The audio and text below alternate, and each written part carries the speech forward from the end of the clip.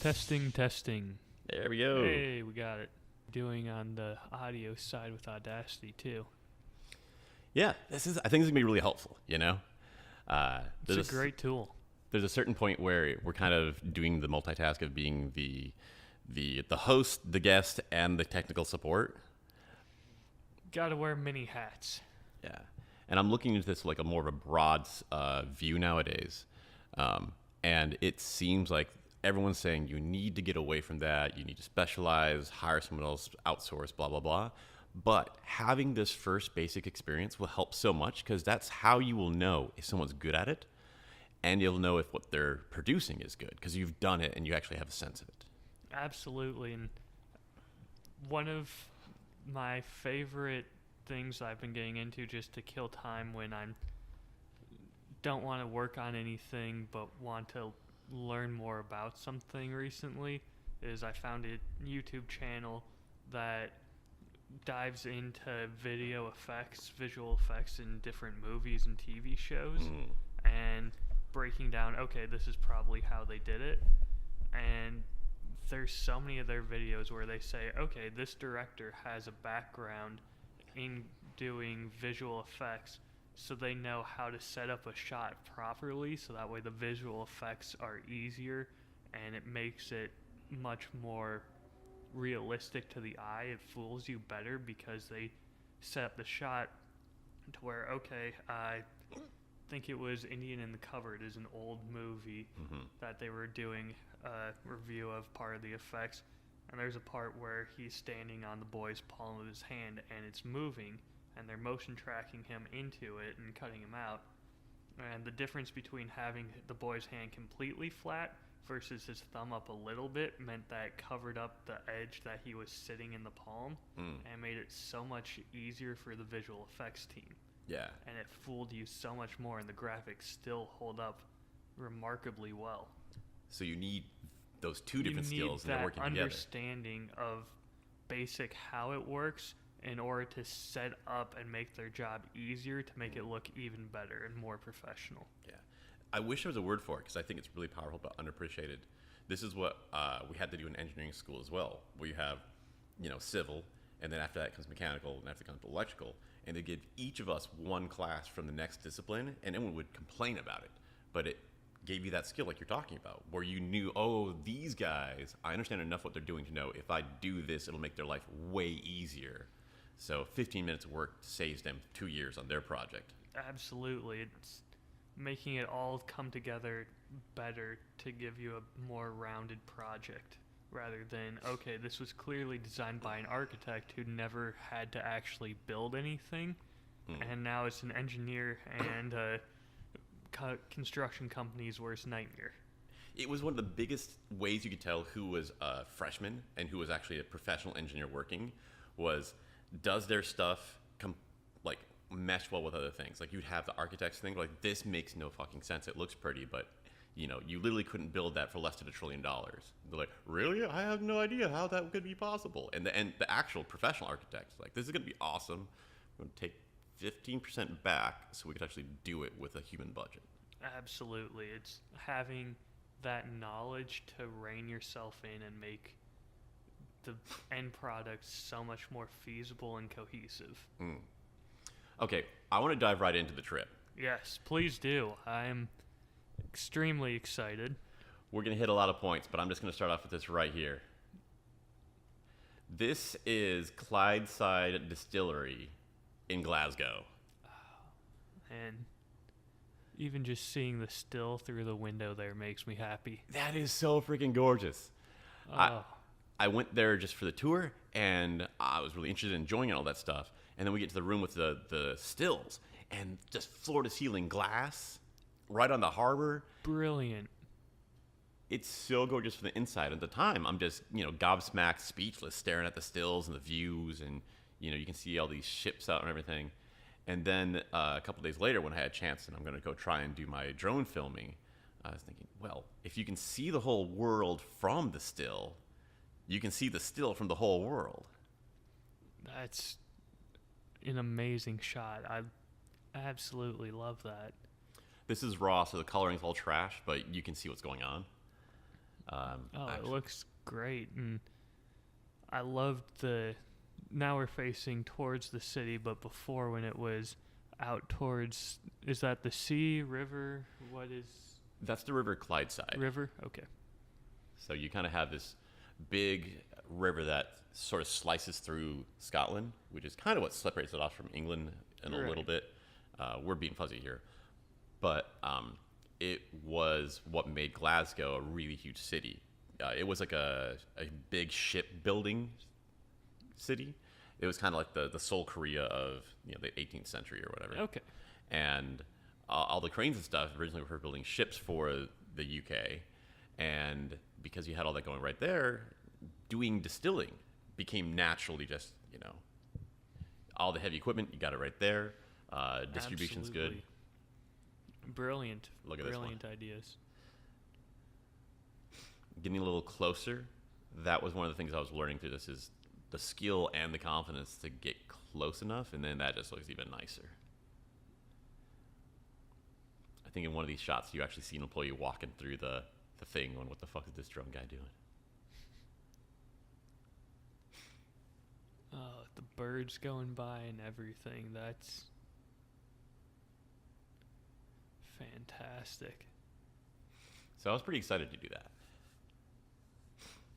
And did you tell them that you were thinking about doing this at all or anything, or just showed up on scene and started up the drone?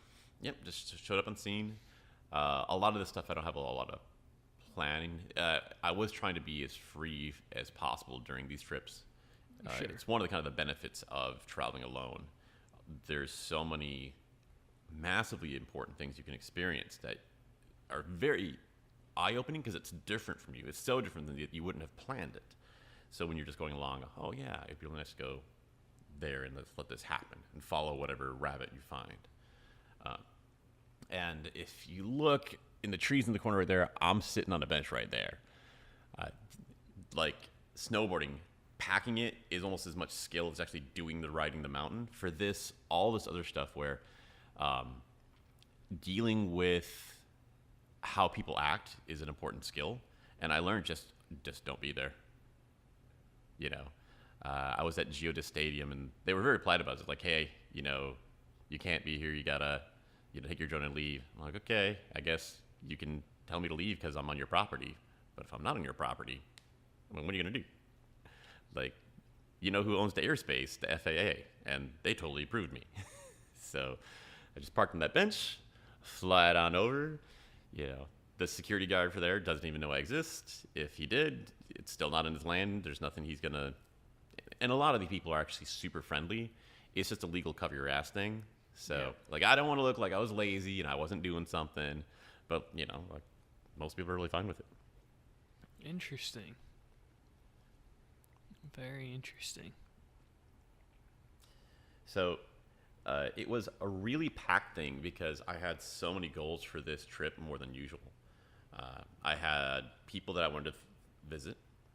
I wanted to study German. I wanted to study the Scottish accent. So I've been training these, and these are things that are going to consume a lot of brain power. And also, I really wanted to maximize the opportunity to do some drone filming. So that's why I was studying really hard to be ready for as good as that as possible before I went on my trip. Sure. I can't exactly just go back there tomorrow. And so when I got there, it was exhilarating, a lot of fun, but it hit me really early on that I'm doing 4 things at once, and this is the most exhausting trip I've ever had in my life. I can very easily see that. Even taking it easy, it was a little wild. But that also taught me a whole lot, and I got a lot of good out of it. But it's interesting because I came back and I thought I was going to be like, yeah, that was so exciting, blah, blah, blah. And I'm kind of more pensive and introspective about it. Like, that was, that was a battle fought, and it was good. You're emerged from the other side victorious, but now you're a little jaded towards how much work you had to put into it. I feel the rewards now. That's good. Yeah. It was more knowledge and emotional learning than fun. One example I wanted to share, and this is a little bit maybe not PC, but I was going to Vienna first, and my old friend Prague, she lives pretty far close by, so she's gonna come stay with me for the weekend. And I land in Vienna, and my first night I go to this pub, which is really fun. I've been there before. It's kind of like the crazy party town of the tourist area. And I sit down, and I'm just by myself. This black lady walks in, sits down, smiles at me, and I'm like, nah. Just turn in my chair. Literally 60 seconds after that, this like completely blonde, natural, transparent girl sits down next to me, smiles. I'm like, oh, how you doing? It's like, yeah, I was here this morning. And she's completely trashed. And immediately goes, so like, where are you from? I'm from America. Like, where are you from? I'm from Finland. I'm like, oh, fuck. Just turn in my chair. Like, you had my interest, but now you have my attention.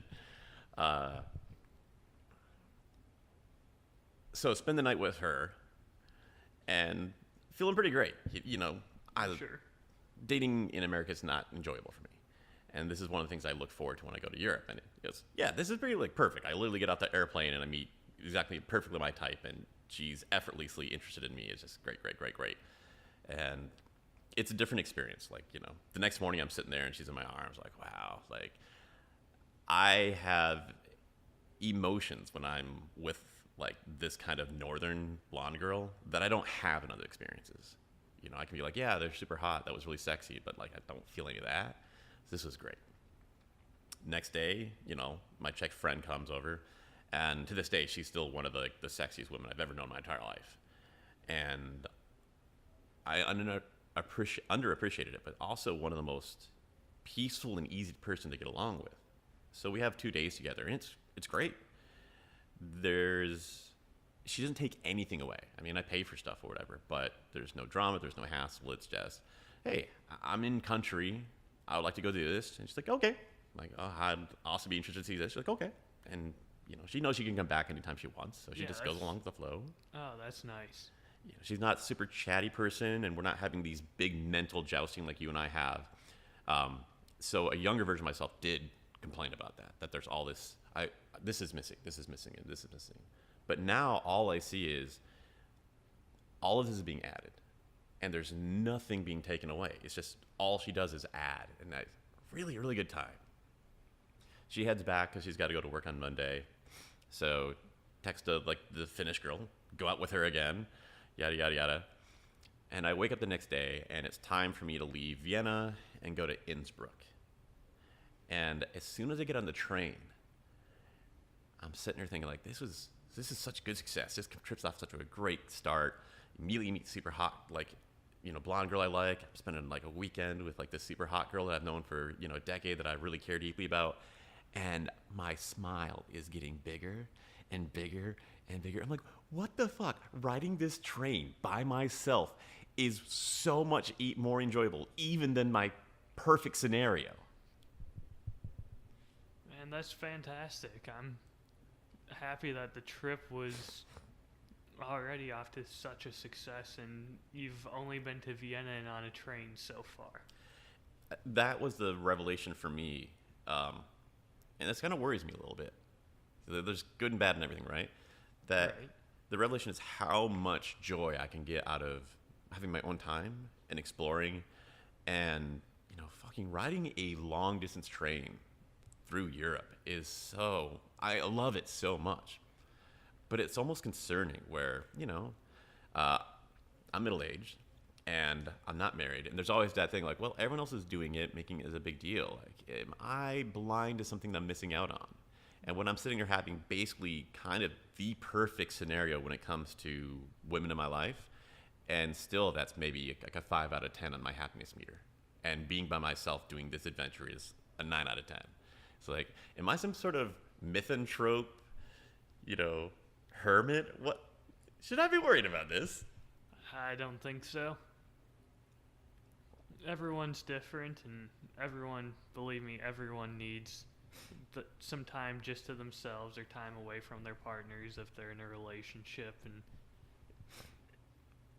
you don't need to find everything in one person to be in love with them, is my theory. Like, Ashley and I do not do this mental jousting either. But that's okay. I don't necessarily need to go to her in my life for that. I can come here and do that with you, or I can go with another friend and have more deep, introspective conversations. And then I can come home, be at peace, and just have an easy evening with her, drink in hand, get cheap fast food, and watch something stupid on TV, and just relax and coast through my day after that. That makes a lot of sense. And valuing both of those is great. You know, having the different people in your life, allowing them to be who they are and not having to be anything less or more, that works great. You know, you embraced that a lot earlier than I did. Don't need to get into this too much, but I do still have that question of, like, is my balance a little too far off one way? Because what you described sounds great. From my experience, and this trip illustrates that, is the amount of time and connection and investment that I have in my romances never get to the point where it's a relationship. So, like, tangibly, if I get older, you know, I get sick, like, there's no one to even call the ambulance. It's just, I'm on my own. Which some scenarios, that's kind of worrying. You know, if I needed to, you know, there's certain scenarios where you need someone to look at you at the hospital or a caregiver or other stuff. And I'm like, okay, I guess I'm not getting somebody from Europe to fly over for 2 days. You know, like, these people that I see for, you know, maybe 5 days out of a year, it's not up to that threshold that there's certain things you could rely on them for. No. Anyway, this is completely off topic, but just, I wanted to share that with you. Keep it in your head. Off topic, we could talk about that a little bit more. Absolutely. But that was like a nice kickstart. And by the time I got to Innsbruck, it was already like, I had felt like I'd had like a whole like year of living. So I was kind of a little tired. I want to tell you one more quick story. So I'm in Vienna, and one of the main goals was to do this drone filming. And there's a lot that goes into your licensing and insurance and, you know, airspace clearance. And in Austria, the entire city of Vienna is completely banned, which is unusual. You know, usually it's based by airports or Right. this or that. Like, the entire, I haven't seen that, and I haven't seen that in any other country. Even in really restricted countries, because I had to look at a lot for this trip. It'll be, well, you know, this is a nature preserve or this or that, but not just entire city. Right. So the first thing I do is I get on a train, and instead of taking it all the way to Innsbruck, I take it to the first stop outside of Vienna. Hop out. I'm going to do my first international film. Go out, find some place. I fly around, film. It's pretty nice. It's great. And then I get back on the train and head off. And, you know, you're looking at this little small screen when you're recording.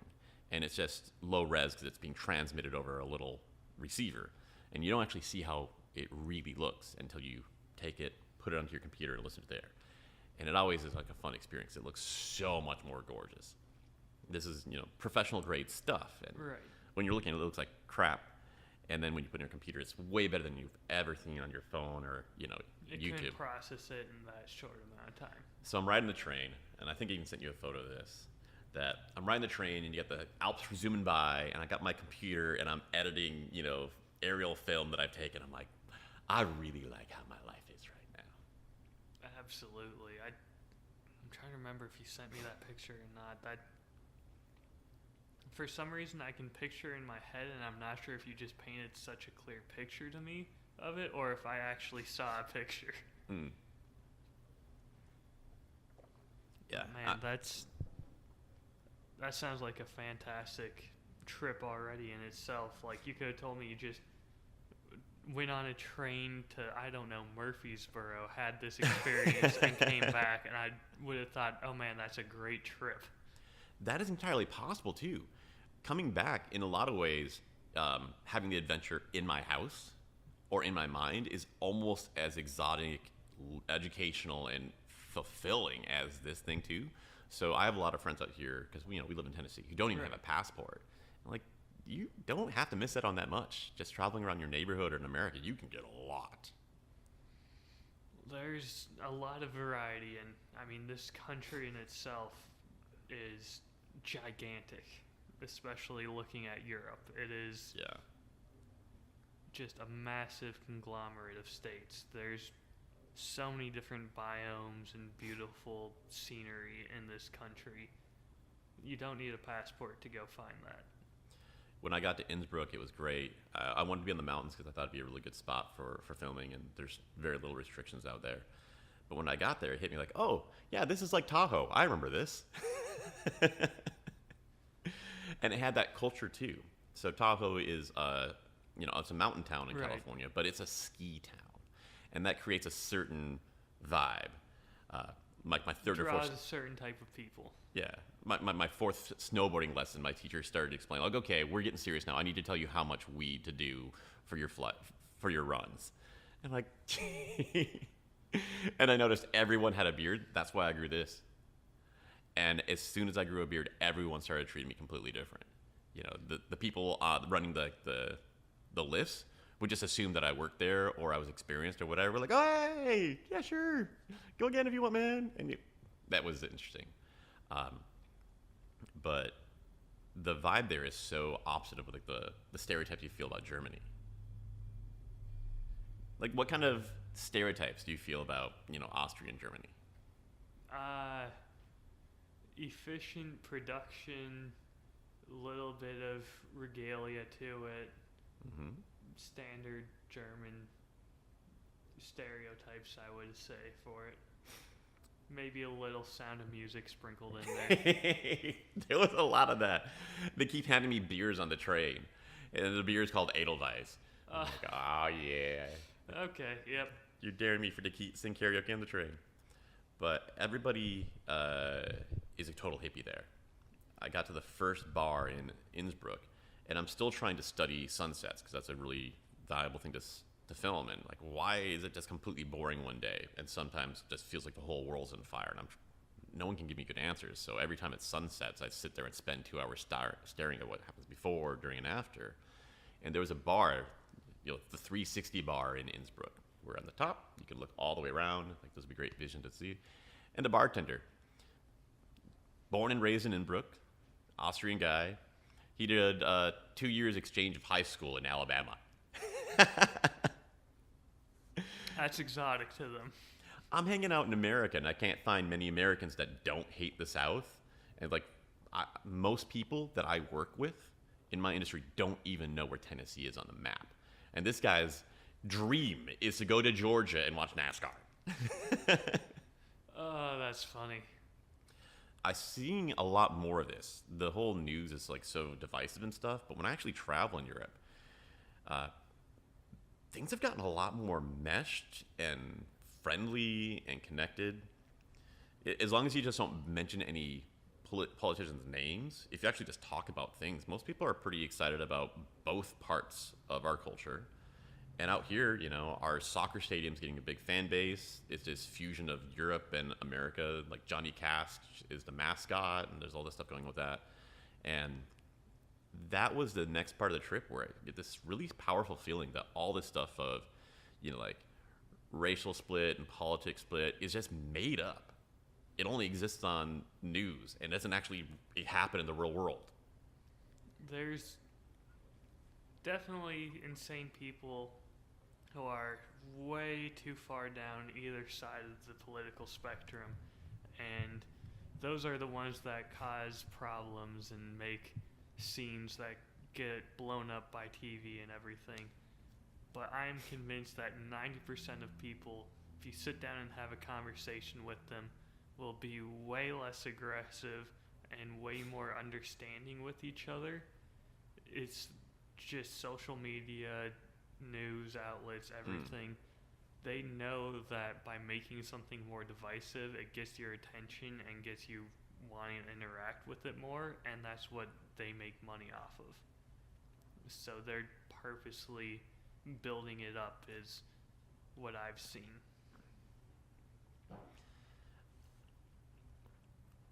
I got to the Clydeside Distillery, and I was already so exhausted but I was so excited to be there. It was really great, really well done. And I'm getting through the tour. This sums up the whole trip. The guy's really good. He's talking about all the different mash mixes they use at their distillery. And he's starting to talk about the broader thing. He's like, yeah, they're doing pretty crazy stuff. There's even like a quinoa whiskey. And I'm like, no way. I bike to that distillery every week. I'm so freaking sleepy. I forgot. Corsair. Yes, Yeah. that was the one he's talking about. And I'm sitting like, oh my Lord, I've never heard of it. Like, yes, you fucking have. You've drank it and you've seen the tour. Oh, that's funny. Man. Yeah, we're doing some weird shit over here. Oh, man, I'm hoping to grab some people together and go there again because it's not traditional, but it's really well, tastefully done. So, just last night, I actually found out why Vienna has drones banned in the entire city. Okay. I'm intrigued. Turns out, Vienna has no laws against spying. And it is the espionage capital of Europe.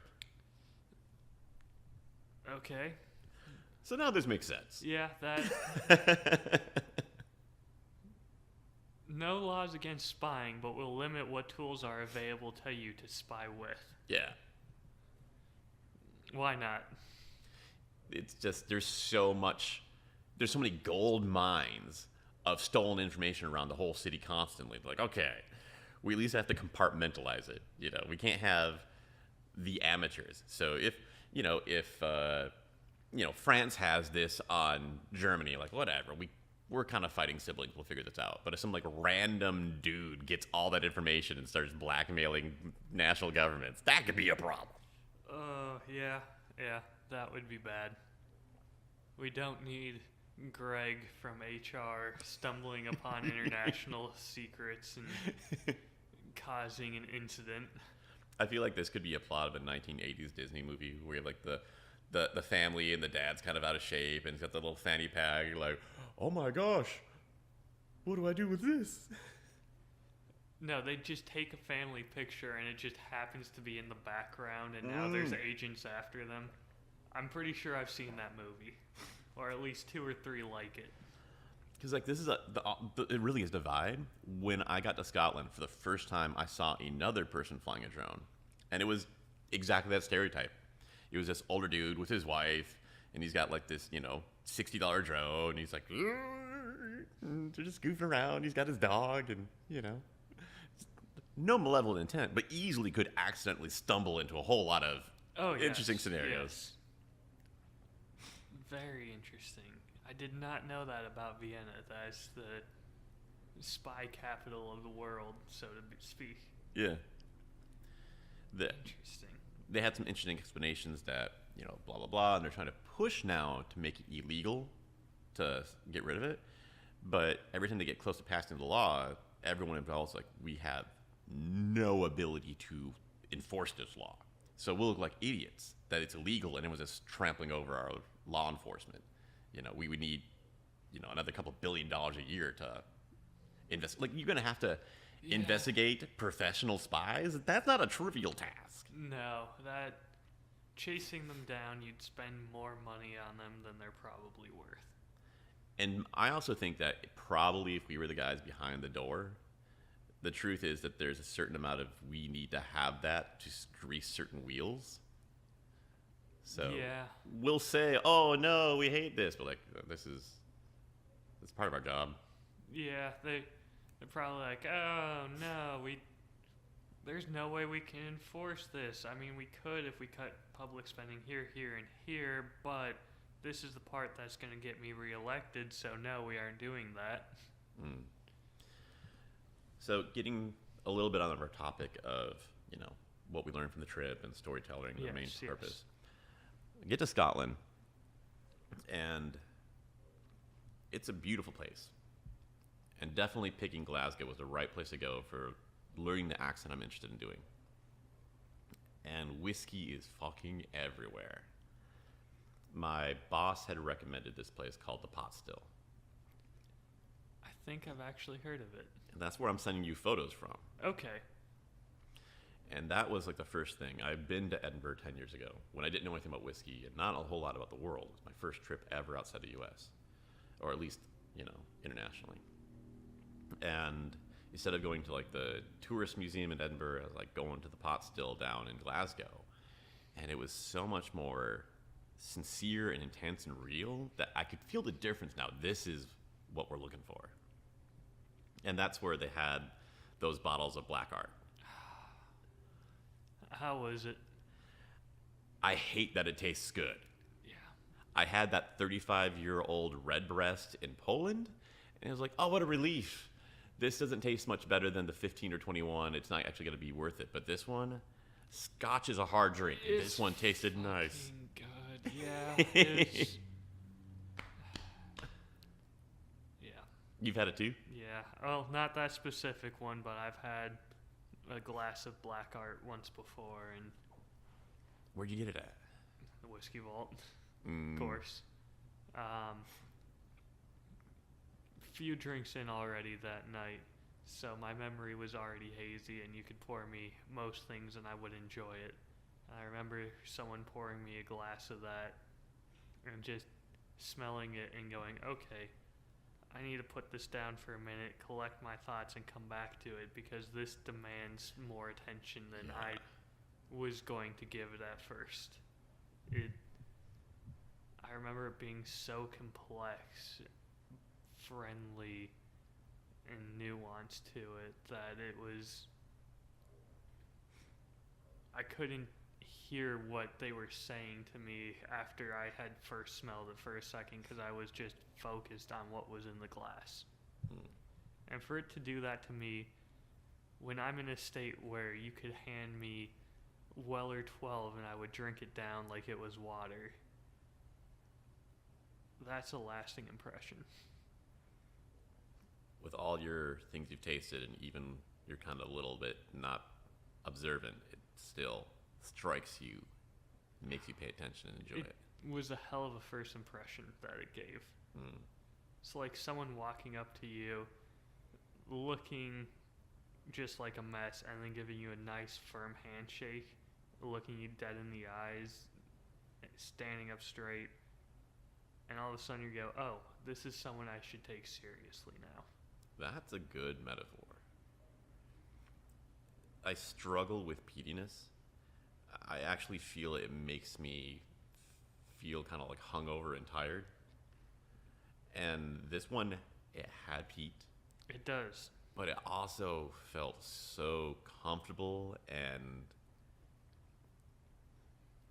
I don't know how to explain it. If I'm remembering it correctly, it's less of a tire fire that you get with like Lafroig or Lagavulin, and it was more of just, okay, someone over there is having a bonfire, and this is now just a warm whiff of smoke that's lulling you to sleep. Yeah. It's not going to be aggressive. It's not hitting you over the head.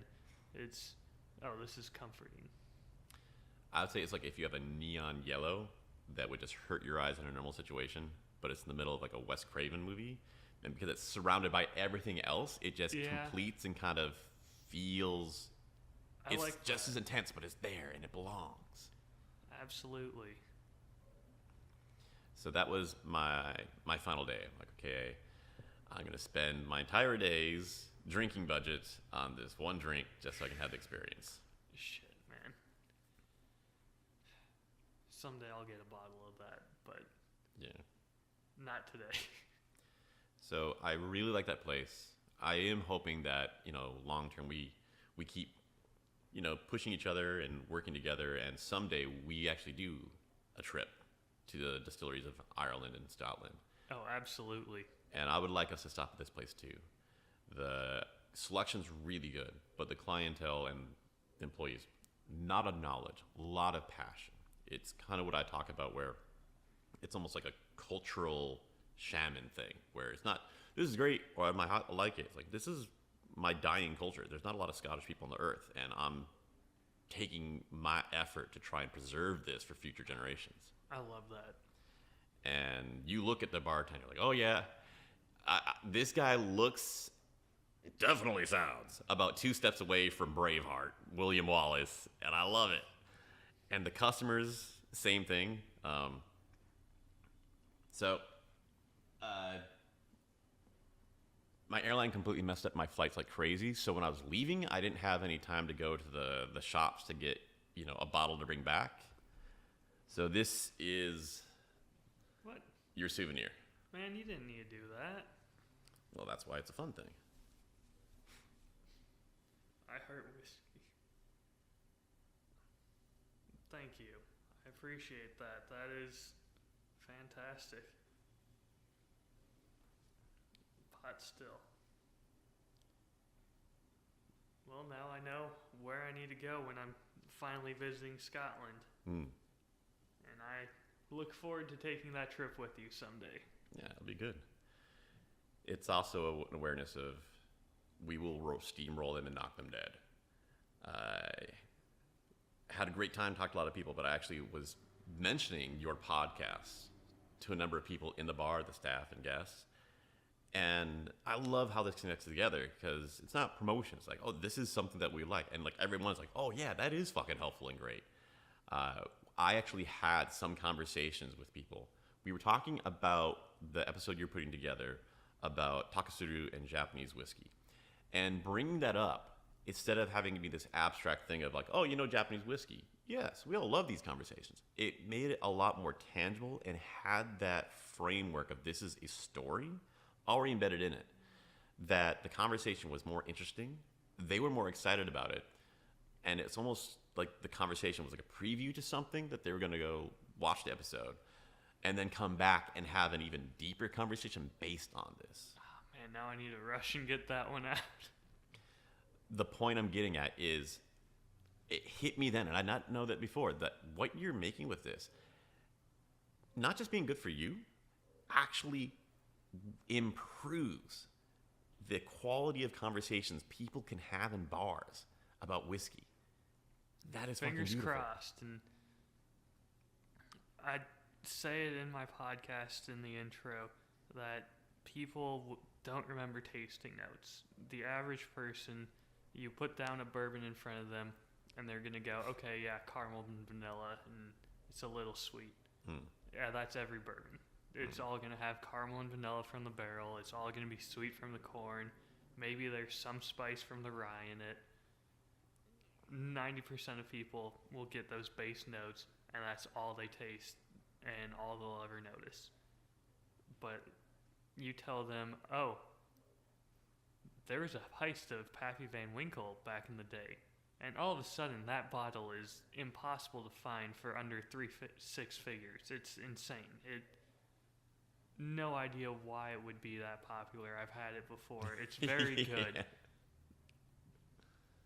But goddamn it is not worth paying $3,000, $6,000 for. Mm-hmm. You add a story to something that people remember, and they're going to start asking about it and wanting to drink it, and it's adding to the experience of the drink.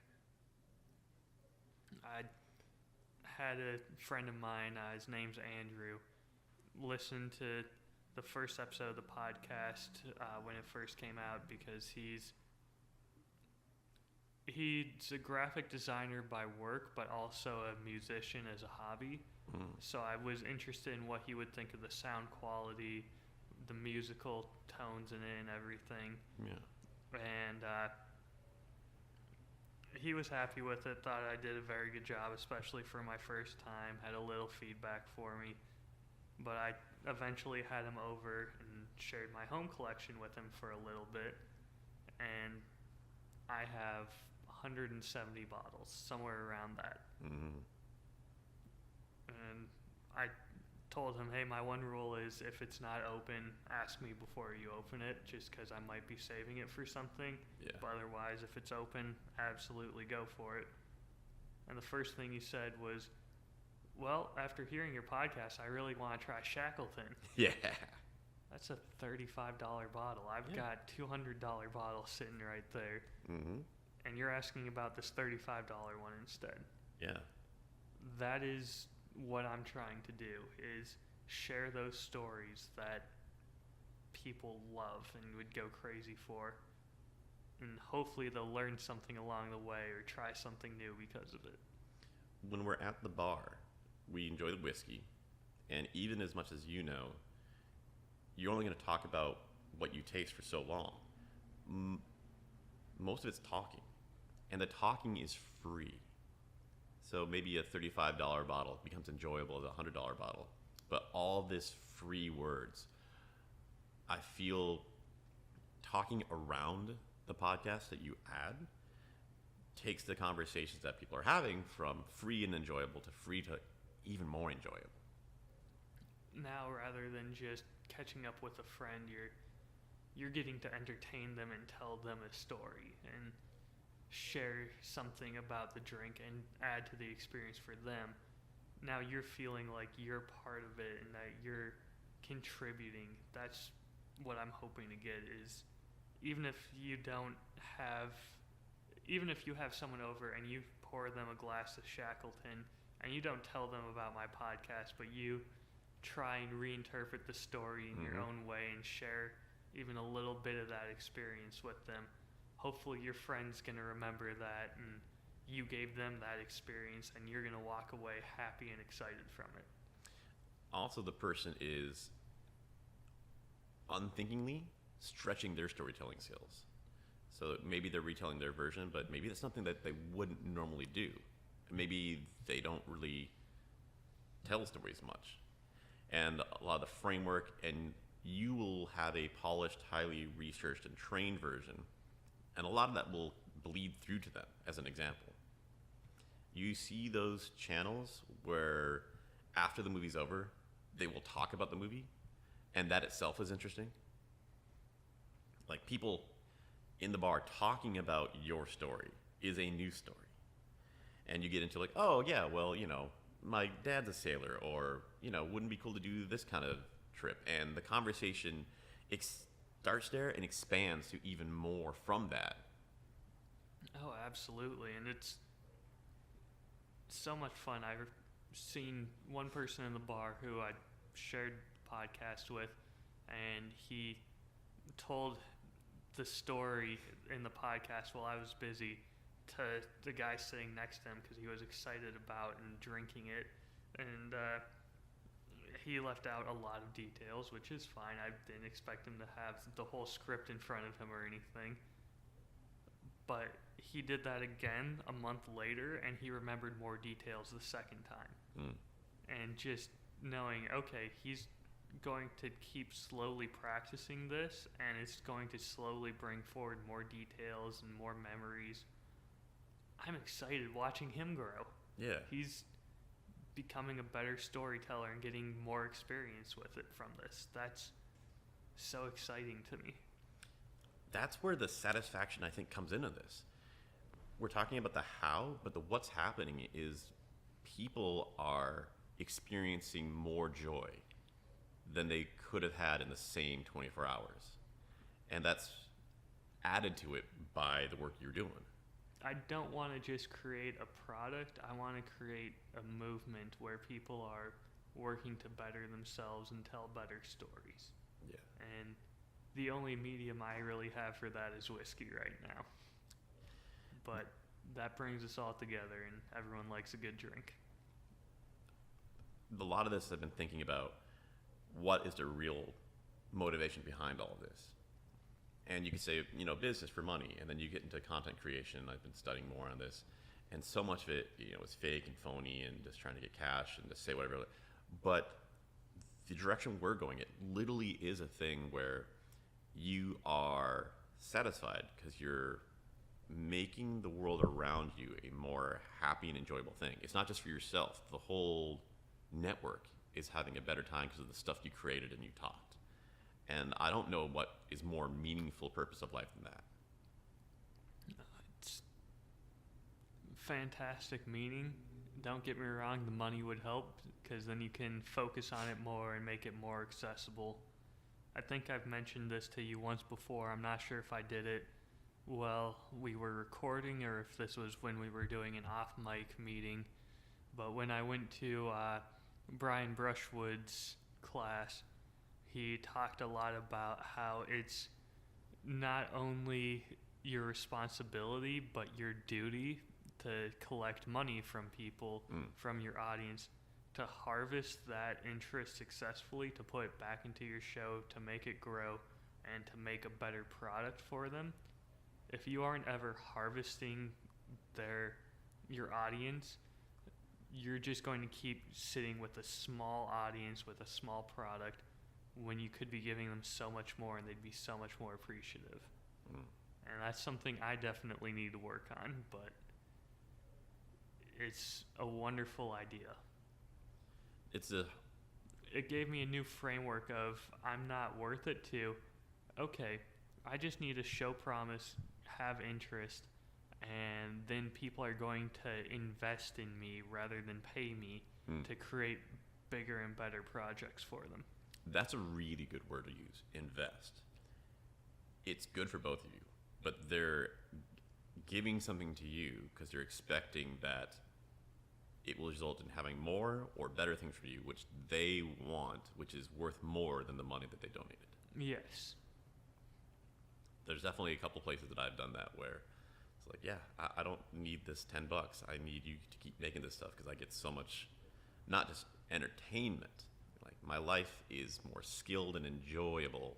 The whole teach a man to fish thing, like, even if they vanish, the extra years I got from their content, my ability to enjoy and create good things is increased. Absolutely. And hopefully I'll get to the show to be in that state at some point, but as of right now, it's still a hobby. Yeah, and that's a good place to start. I've been doing a lot more of these online courses, and we talked about this a little bit offline, but there's this whole struggle between learning, training, like practicing, and actually creating the thing. And it's hard in a different way.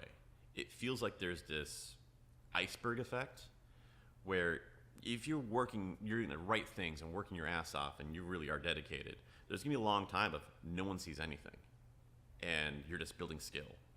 And then maybe you get to the point where, it's like a good hobby and people are enjoying it as a hobby. And then eventually, it gets to something that people would be wanting to pay for.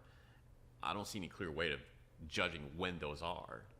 And the person who's just fucking around is going to look identical to the person who's really grinding and learning, because it's that, most of it's sunk below the surface. You're building up the substructure to help support it and keep it growing. I think it's even hard for yourself to see that. Like, if I'm looking at someone else, like, I can't tell if they're working or not. But myself, like, am I just fucking around? Am I having a hobby? The thing that's the thing that's on my mind right now is it feels like a course addiction. I mentioned I just finally finished that aerial videography course. And it was a huge relief to have that done, where I could start, okay, I'm going to enjoy making things instead of having to rush through this course and that. Because there's that pressure that it's good. Every lesson I get through, and then I watch a video or I do something with my drone, I'm like, oh, there's so much more I see, notice. So I learn more per hour every single time, which makes me all regretful for all the things that I didn't notice and learn because I hadn't gone more through the course. So I kept pushing, and that's another reason why I was not sleeping much. But now that I was done, it's this huge weight off my shoulder, and I feel like, okay, I know I'm not missing anything. I can just go out, be completely present, enjoy practicing or creating, knowing that I'm learning a lot, but I'm not missing anything. I'm learning everything I could learn from that experience. And then that lasted for about 3 days. And then I signed up for this, 14-day filmography course, which so far has been good, but it's that struggle. And the course that I'm talking about now is the very one who gave me that quote where for every hour of content or training you consume, you should spend 1 hour creating. God, I wish I had done that. Honestly, what makes me upset with myself the most, the number one thing that I wish I could change about myself, was the idea that I need to take classes or have a title in order to be taken seriously at something. Like, oh, I'm now a level 4 whiskey sommelier. That means people are going to take me seriously. Like, I couldn't have just picked up a glass of whiskey, said, oh yes, this tastes like cinnamon, this tastes like nutmeg, lots of baking spice notes, this is likely a rye. And I couldn't have done a whiskey tasting for people and started making money before I was ever a whiskey som. Yeah.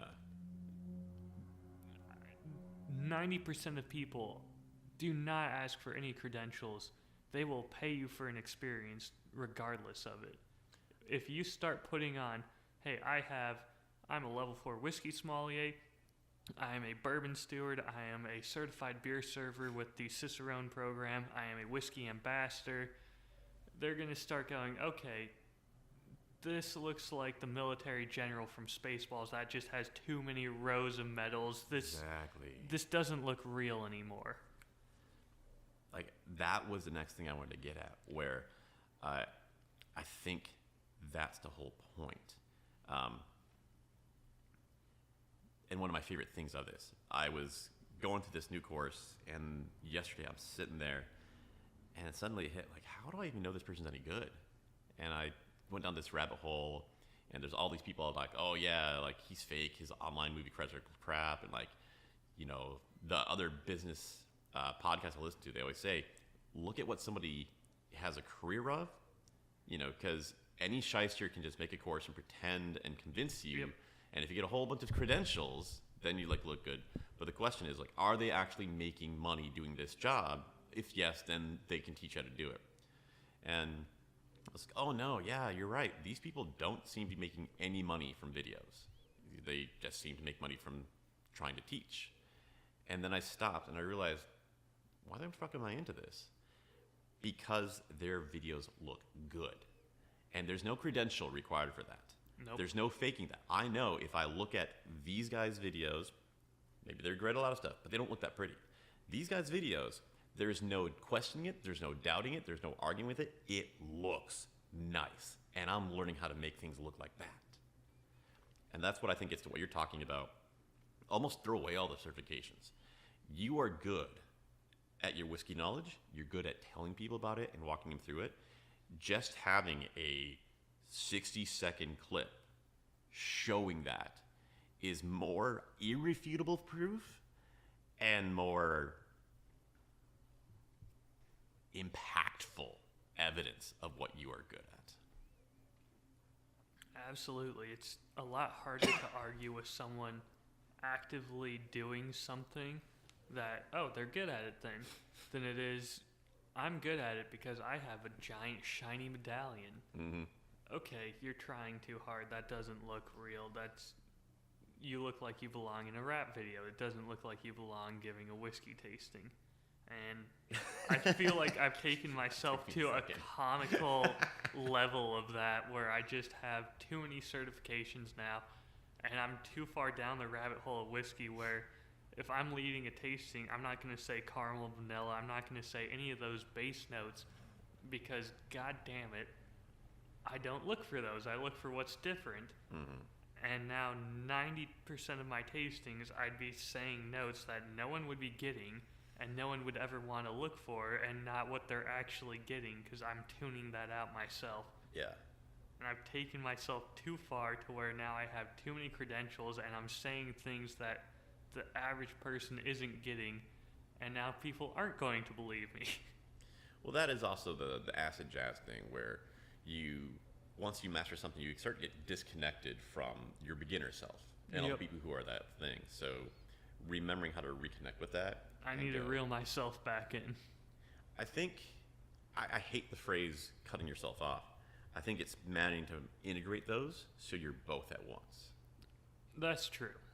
I can definitely still say those more advanced notes after going through some of the baseline ones and hope that I'm walking people towards that improvement.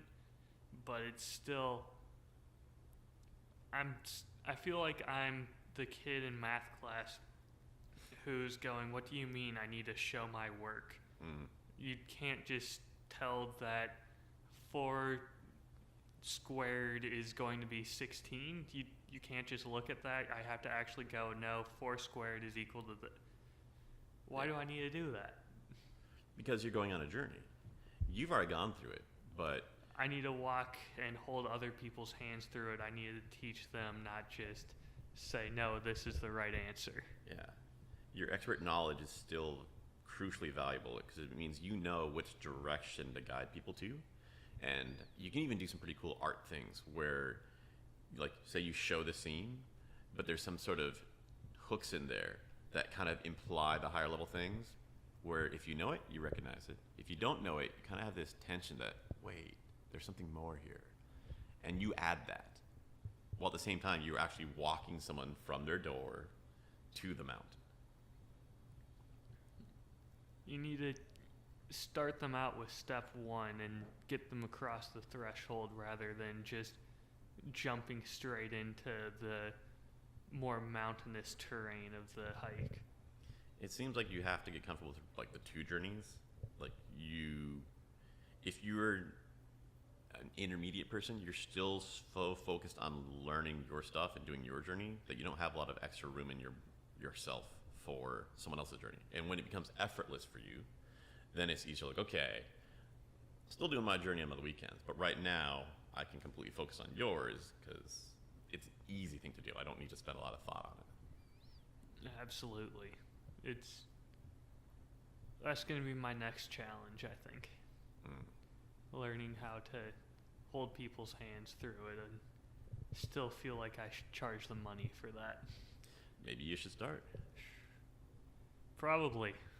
But that's another journey for when I have the time to face it. Yeah.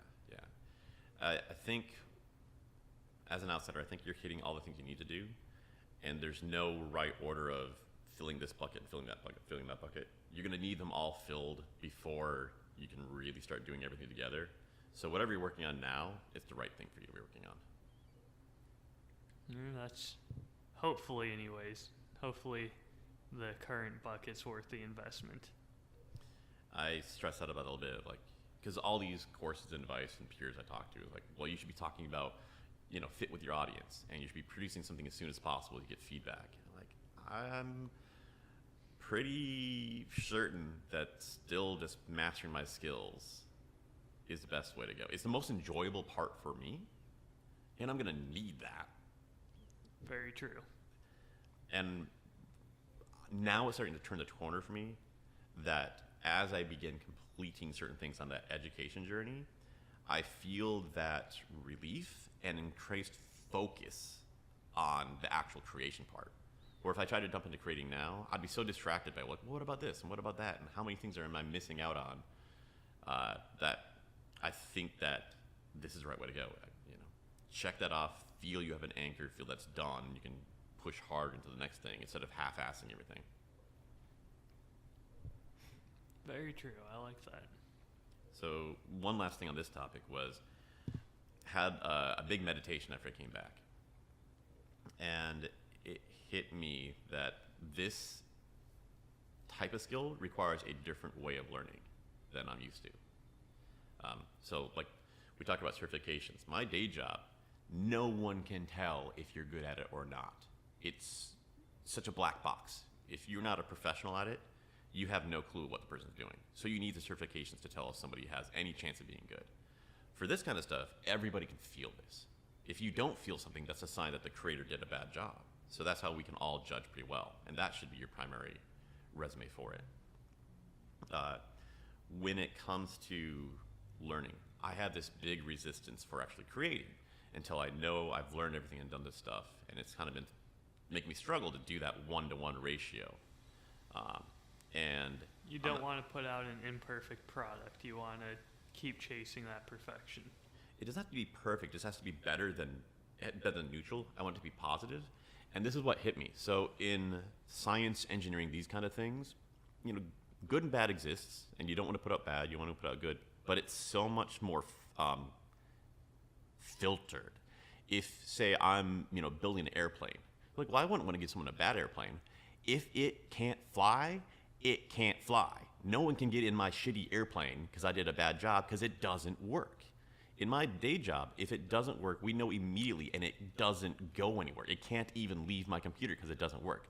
But this stuff, nothing holds it back. You can make the shittiest, worst possible video or podcast, and you can just let it go. And it can spread and infect everywhere with its ugliness, the embarrassment, all this stuff.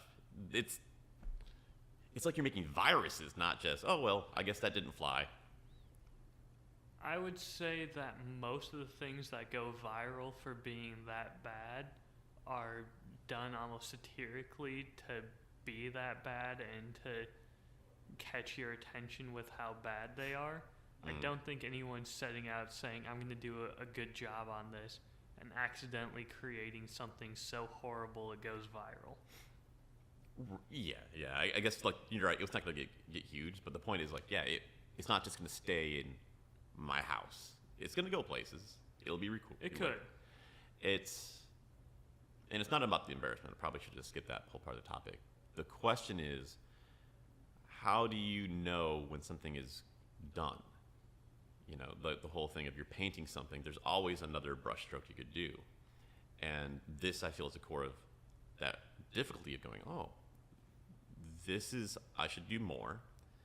Now I feel this is good enough, and this is good and should be released. And it's a much more emotionally challenging skill to feel that and know that.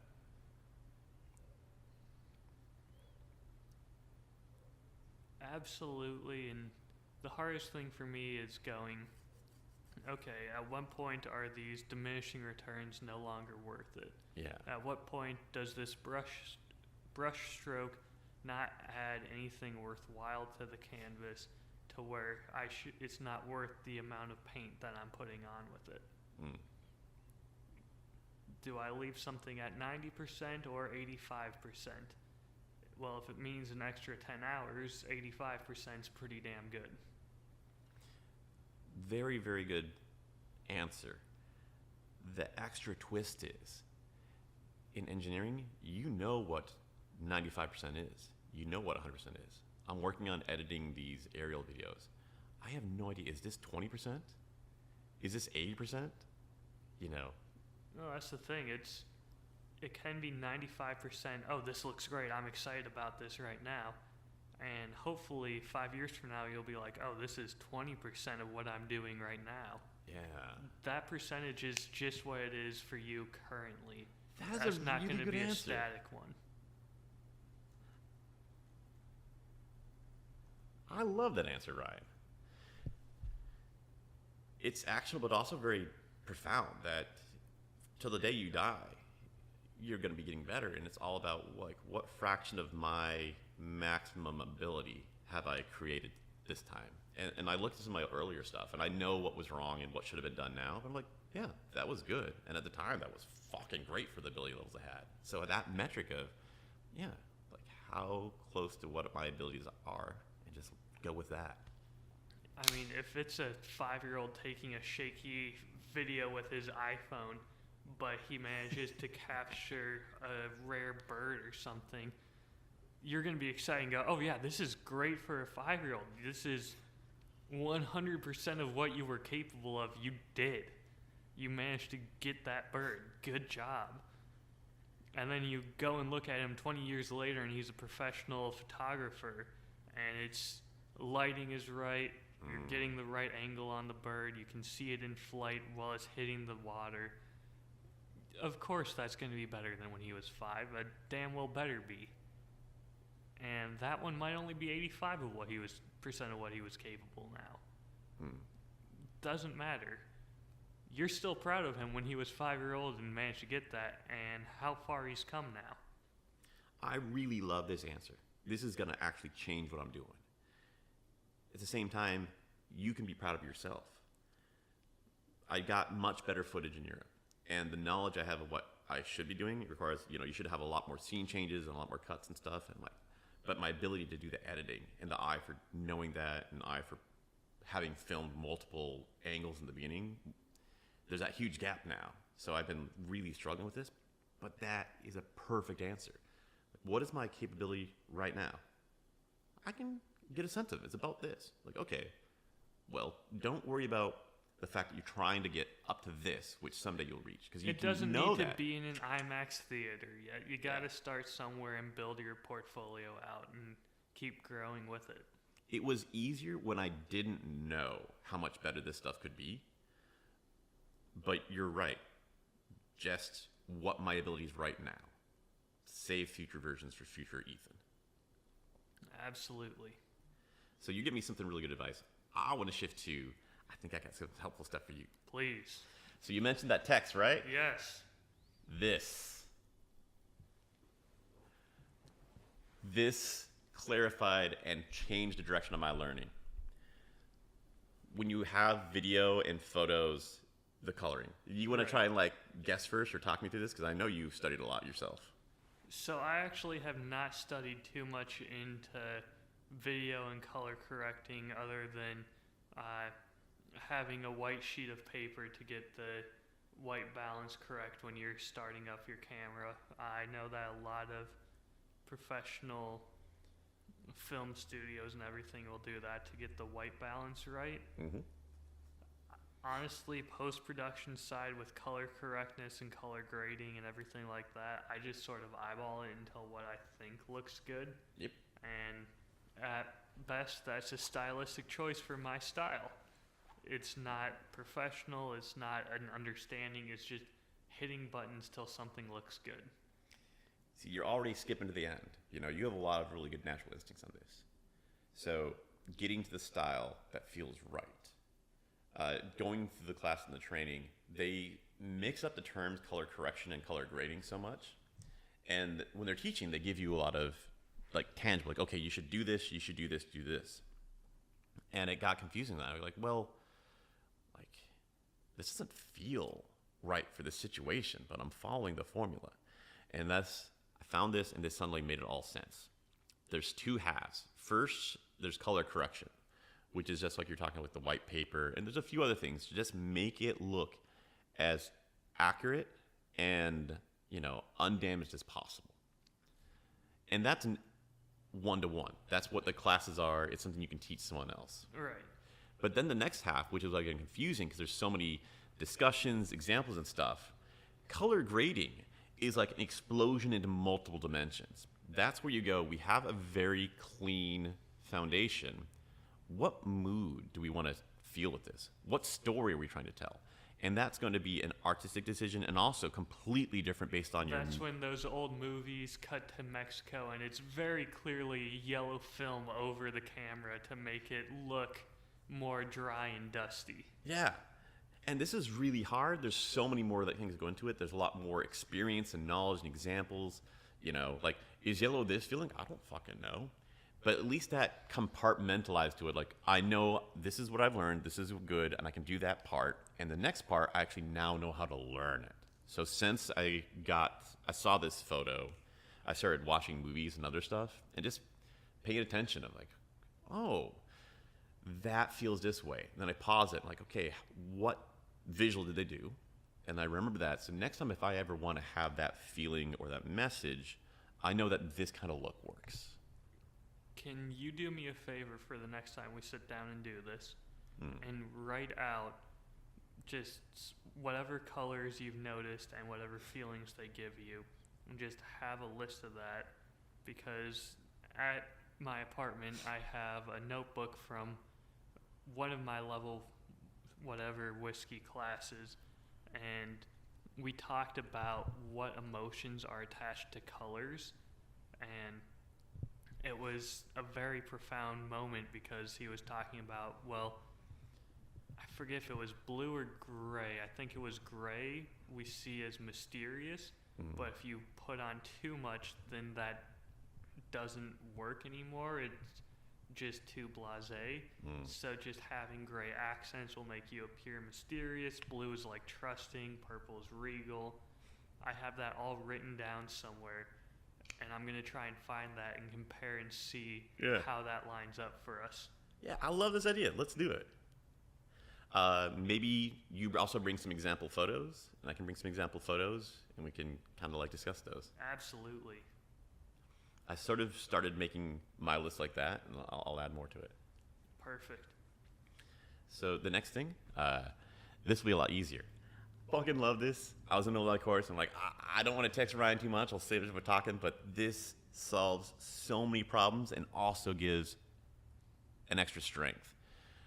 When you're recording yourself, which is probably the next thing that you'd be doing, the whole talking head videos. Watching this new course, and I noticed that the zoom keeps changing from close to far away over and over. I was like, oh, well, that's interesting. And then I started getting like, why? And then I figured out why. What they do is you could have multiple cameras or just the same camera, and you're going to zoom in and out of that footage. Yep. And you effectively feels like hand gestures where, if you like, oh yeah, I'm really excited about this part, it zooms in a little bit. But then you go back to like normal, then it zooms back out. It gives this feeling of expressiveness through that. It's like every sentence or every paragraph, but it kind of follows the mood of just gestures, and it makes the video of a guy sitting in a chair way more gripping and intensive, holds your attention. Interesting. I've noticed, of course, the switching between the different focal lenses and the zoom points, but treating that as hand gestures, that is a really nice way of putting it. I really like that. Yeah, I'll find an example, when we do the debrief after, but it really gave that feeling. It's not a whole lot of work. You don't have to do multiple takes. You can just zoom in of the same thing, because you generally will record in much higher resolution than you want to show, so Right. you can zoom in easily.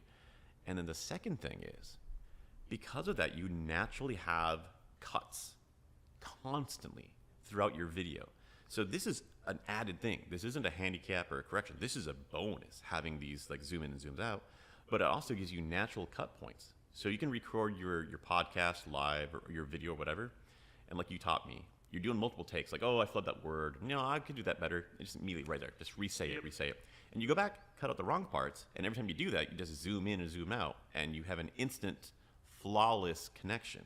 Oh, that's brilliant. Yeah. And even those cuts, that visual activity is going to keep people interested and focused in on the video.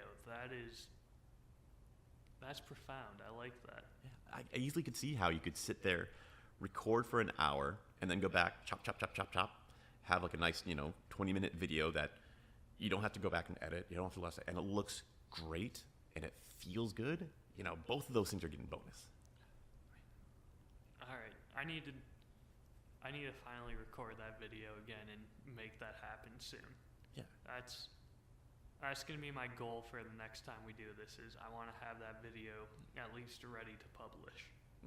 I would love it if you record it, just like your whole raw of repeat, and the one where you've cut it out and done the zoom in, zoom out, and have it so we could compare both. Absolutely. To see your process. I'll try and have that. We'll see if I meet that goal. We'll talk after a little bit, but I've got few crazy things going on in my life right now. Yeah. I would say just pick one.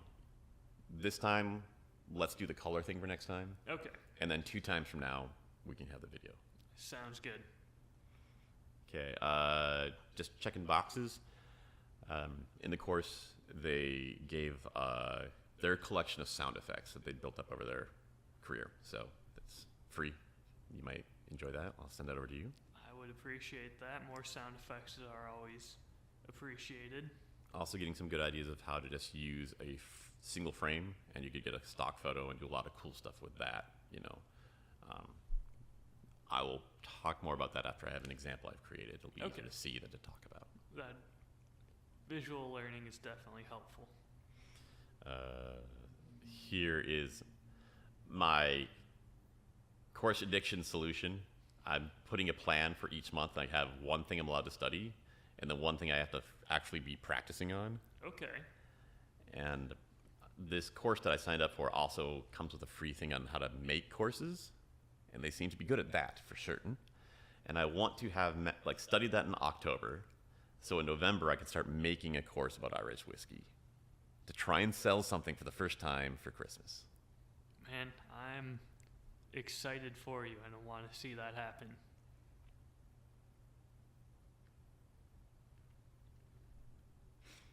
All right, skip that part. So the question I wanted to have for you this week, it opened my eyes to see how much discussing your podcast raised the level of storytelling and conversation in the conversation we had at the bar. So I wanted to ask you, what one or two things would you love and be proud of changing in a conversation in bars across America? Oh, man. So I want to do two things, and they are both competing ideas, is the hard part with this. So the first is exactly what you are describing, pretty much, where rather than people just shooting the shit, talking about it's something stupid, sports team on the TV, I don't know what they're watching over there, some soccer game, and rather than just complaining about how their team's losing, now they're telling a story. Yeah. Or rather than, even worse, everyone's sitting there on their phone doom scrolling at a bar with a drink in hand, looking depressed. Now they're talking about drinks and sharing glasses with each other. I want to bring that social element even further. But something I also want to do at some point is I want to make my own bottle and have it do the exact opposite almost. Where my idea is just calling it like underscore whiskey and just making it look like it's a blank where you should write in someone's name on it. And the whole marketing pitch I have in my head for this is every whiskey has a story except for this one. It's left intentionally blank so you can focus on yours. This whiskey is meant to fade into the background of your conversation and just accent it. It's not meant to be the focus. I like both of these, and I can see how they could be the same thing. Every single bottle, doesn't matter if it's Evan Williams, Jack Daniels, they're all pushing, here's our story right now, which is great. I love it. I love that for my podcast because I can focus in on that. It makes it easier. But no one's making something that's doing the opposite and saying, yeah, for the night you just want to shoot the shit with your friend and catch up and not worry about what it is you're drinking, here, buy this instead. I can see them being the same thing. So what I see when I have conversations at the bar about your podcast, your story's great, but the new story that they make about their lives around that is the exciting part. Absolutely. So you could totally do a thing where, more than just a blank line, you could have a certain question or a certain topic or a certain story. What I'm trying to get at is how you could get your drinkers to be telling their life story version of Shackleton. What adventure, what themes applies to their life that they could still, instead of talking about mundane things, they can get into this and start discussing. So it's almost like an ad lib where they're having to fill in and write their own adventure on it. Yeah, their real life one, I like that. That's a fun twist. I was thinking of just making it be like a "Hello, my name is" sticker for the label, and they can make it their own. But that's taking it to another level. I really like that.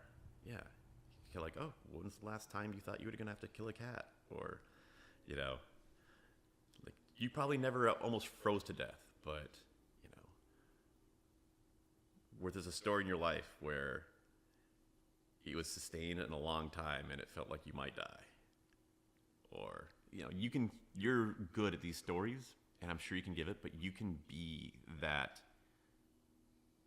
slingshot that gets them going in a direction that engage, like they know what pieces to pick up and start talking about their life in a very interesting way. That's brilliant. I really like that. Thanks. Now I just need to figure out how to make a bottle.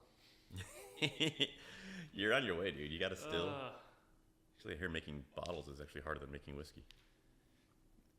Getting it legally is the difficult part. Laws, but yeah, if you're gonna make money. Lots of investment. It is an interesting comparison that I wanted to share with you. Is one last thing here. What is the minimum amount of time required before you can, from the time you start making whiskey before you can actually sell and get your first dollar? From distilling to selling? Legally, right away. Legally, there is no time limit on how quickly, I guess, you can dump your barrel after filling it. So there's a running joke at the school that someday we're going to make something called technically bourbon, where it just basically passes through a barrel. Or it sat in the barrel for the duration of Parting Glass by the High Kings, and then we dumped it. This could be fun. And technically that is a bourbon, and can be sold as such with a label. You're the man that is the reason why we have to make laws. Yep, that's... So legally, you can do it right away. Functionally, 4 to 6 years. Yeah. 4 to 6 years. Irish, minimum 3. Scotch, minimum 3. You know how long it is from the time you have a great idea, you see something in the culture today you want to do, and you can start selling your first movie ticket? 3 years. Interesting. They both run in about the same cycle. I like that. Yeah. 3 years. Okay. Well, clock's ticking. I better get to work. All right. So that's about all of the things I wanted to cover and the time covered. Do you want to, bring up some updates from your stuff? How are you doing on time? Time is it?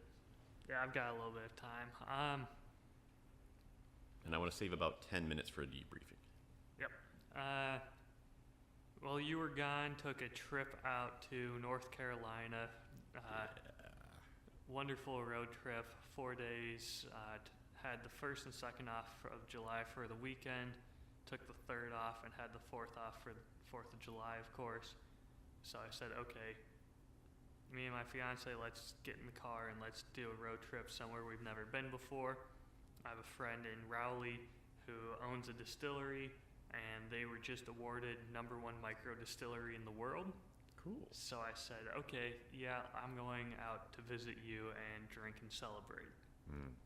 So we went out to Asheville, stayed there the 1st night, Raleigh the 2nd, back to Knoxville on the 3rd, and then back here on the 4th.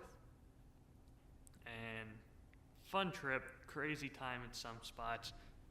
Hit just over 1,200 miles in 4 days. Wow. Honestly, don't recommend Raleigh. If he's listening, I'm sorry. Oh. I don't know. I didn't plan too much or look into it too much out there because I figured he'd kind of be my guide, and he's doing some really amazing, interesting stuff, both in whiskey and then in terms of incorporating the local community with him.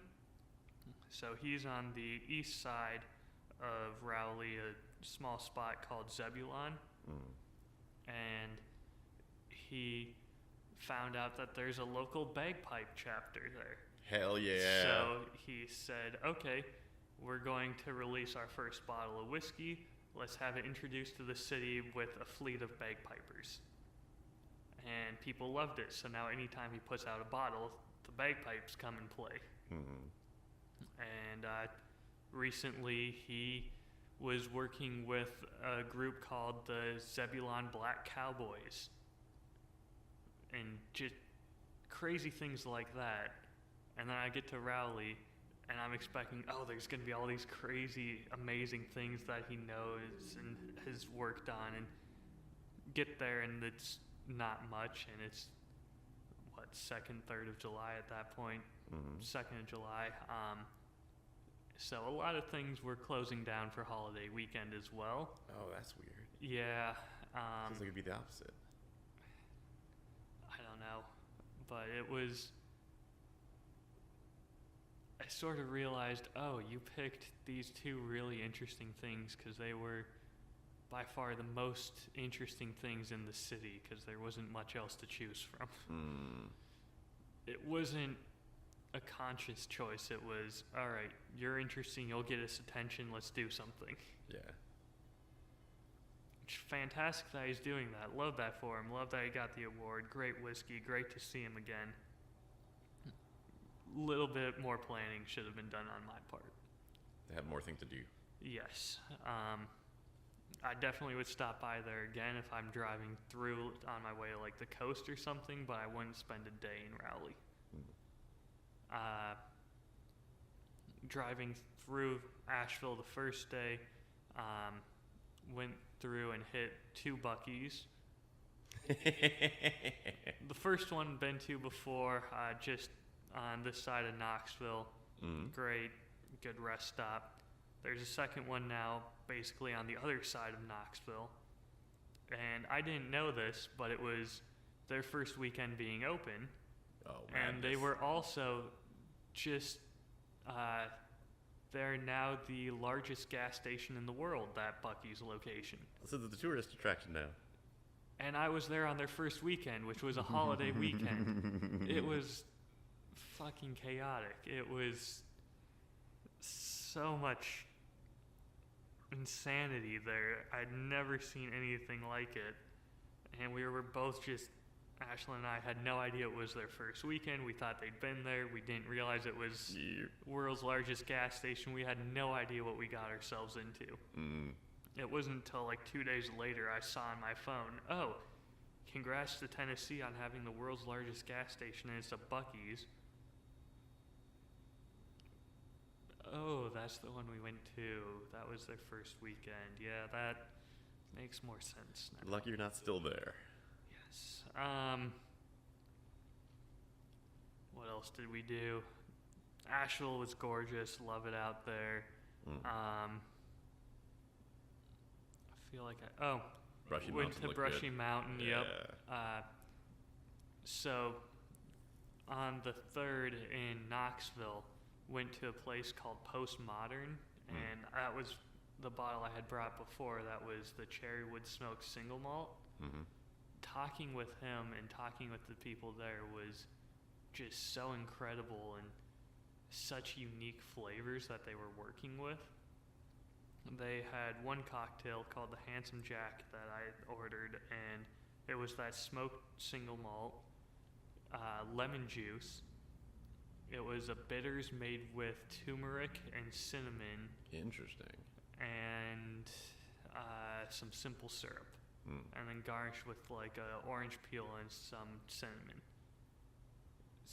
It was such an interesting flavor profile, and so many unique things going on with it, and so many clashing ideas that normally in the whiskey industry I don't see people doing. It's all very traditional, at least in bourbon here. There's very few people like Corsair who are just, well, let's see what the fuck happens. And went to Postmodern, and I couldn't tell you if it was a guy or girl serving me. They had a beard, but were very feminine other than that, and I'm okay with that. It was so different that it caught me off guard, and it was a welcome change. So Postmodern, that's the bar at Brushy Mountain? That's the distillery in Knoxville, different to Brushy Mountain. Okay. Went to Brushy Mountain the next day, and the rep that we had in for that tasting helped hook me up there, and fantastic experience. Really sobering, some of the things that I saw there.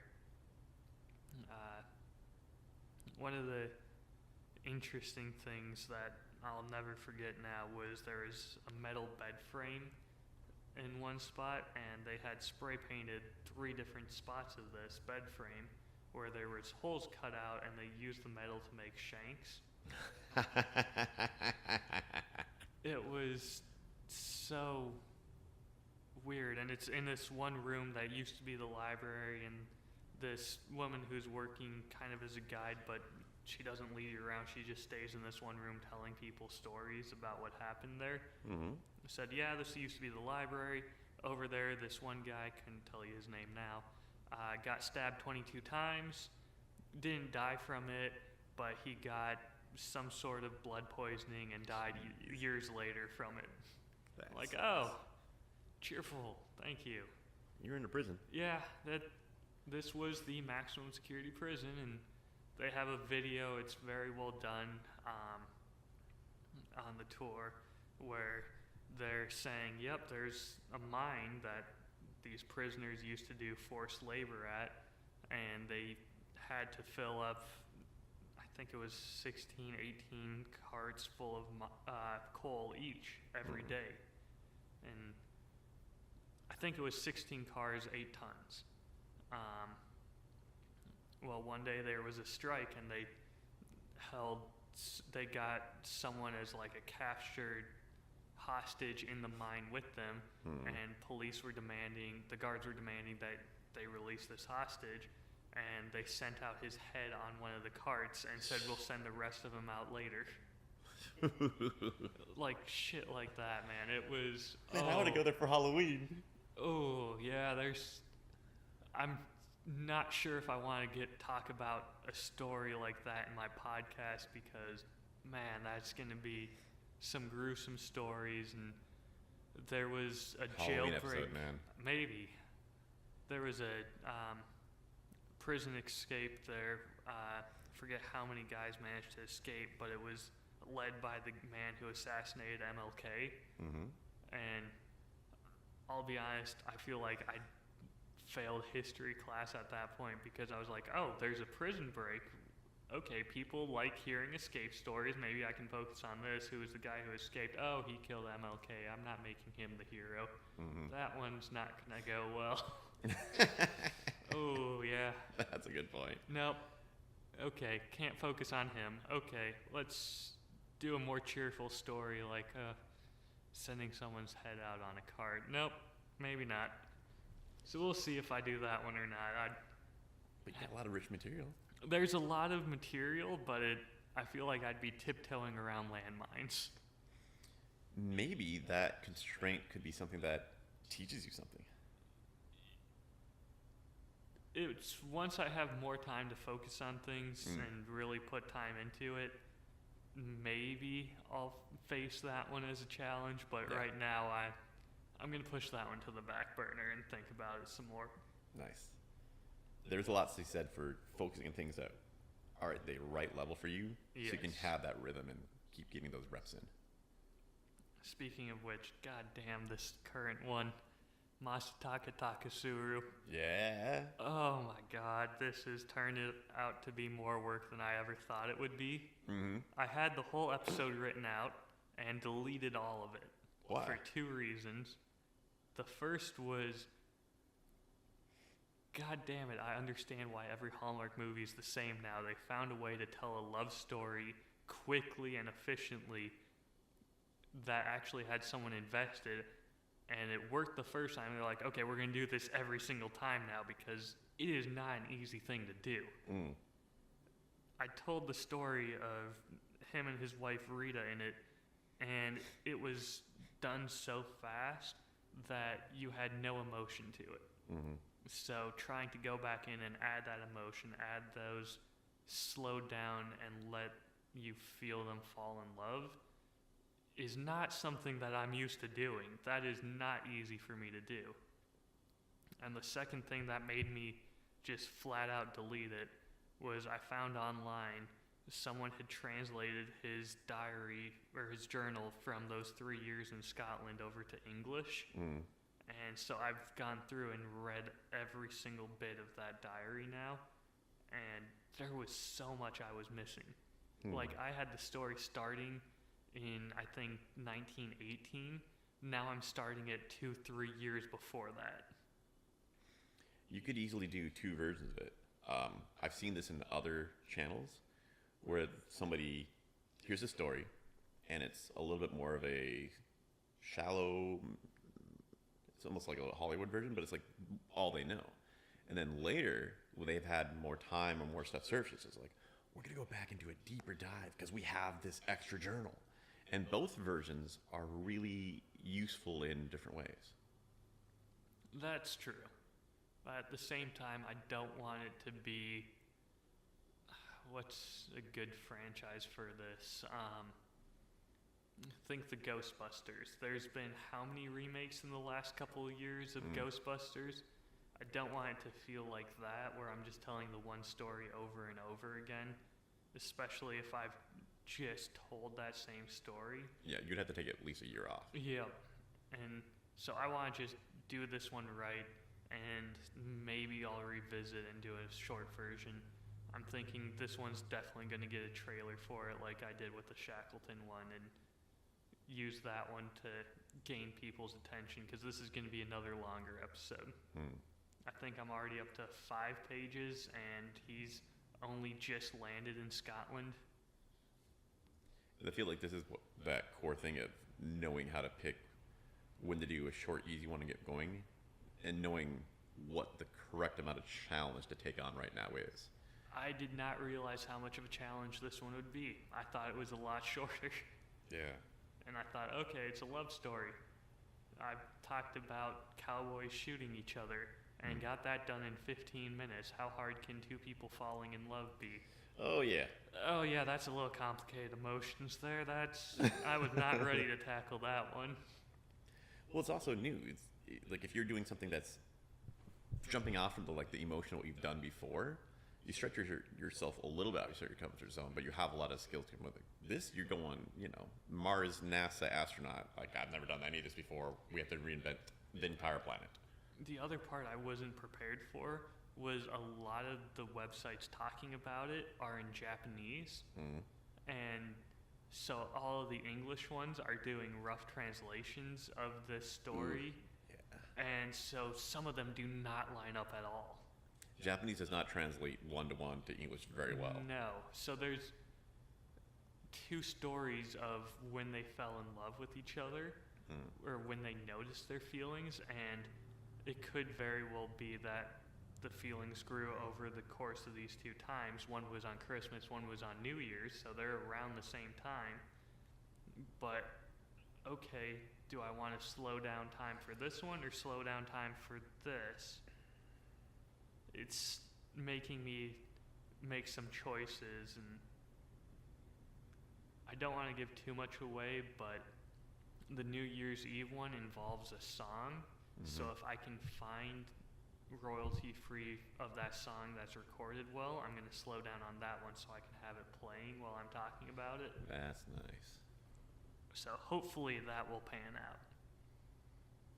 Yeah, it's as long as you're picking the right level of challenge that you don't burn out and you can still get something done in a schedule that you feel happy with. So you keep on enjoying the process and learning, and this sounds exciting. I'm excited for this one once it comes out, and again, we'll probably need your help with some pronunciation and picking out musical accompaniment that sounds Japanese traditionally and would fit in, but without sounding like a shitty kung fu movie that's offensive. Yeah. It's easy to find good traditional Japanese music. I'm sure, but I just don't have an understanding of that culture as well as you do. Yeah, we can do that, sure. I think that's... Oh, I do have some other big changes coming in my life.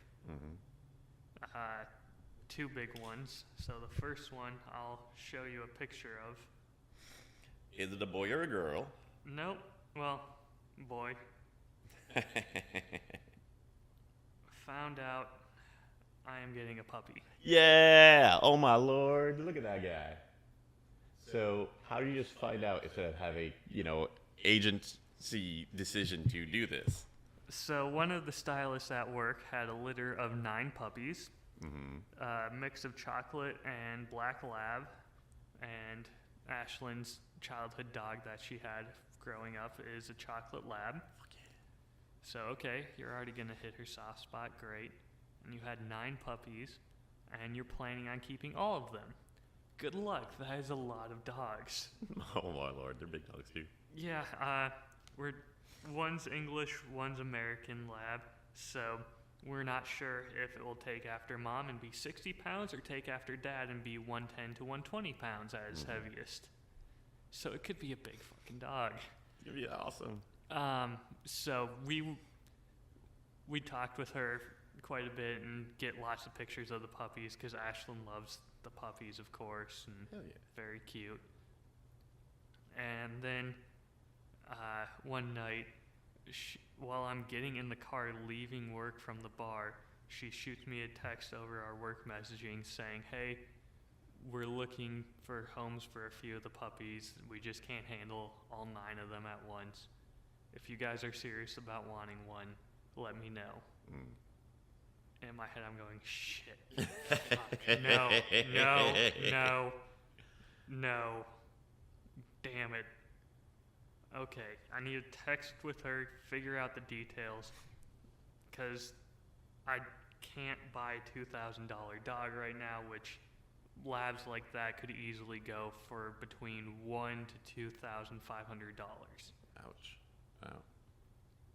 I just can't do that.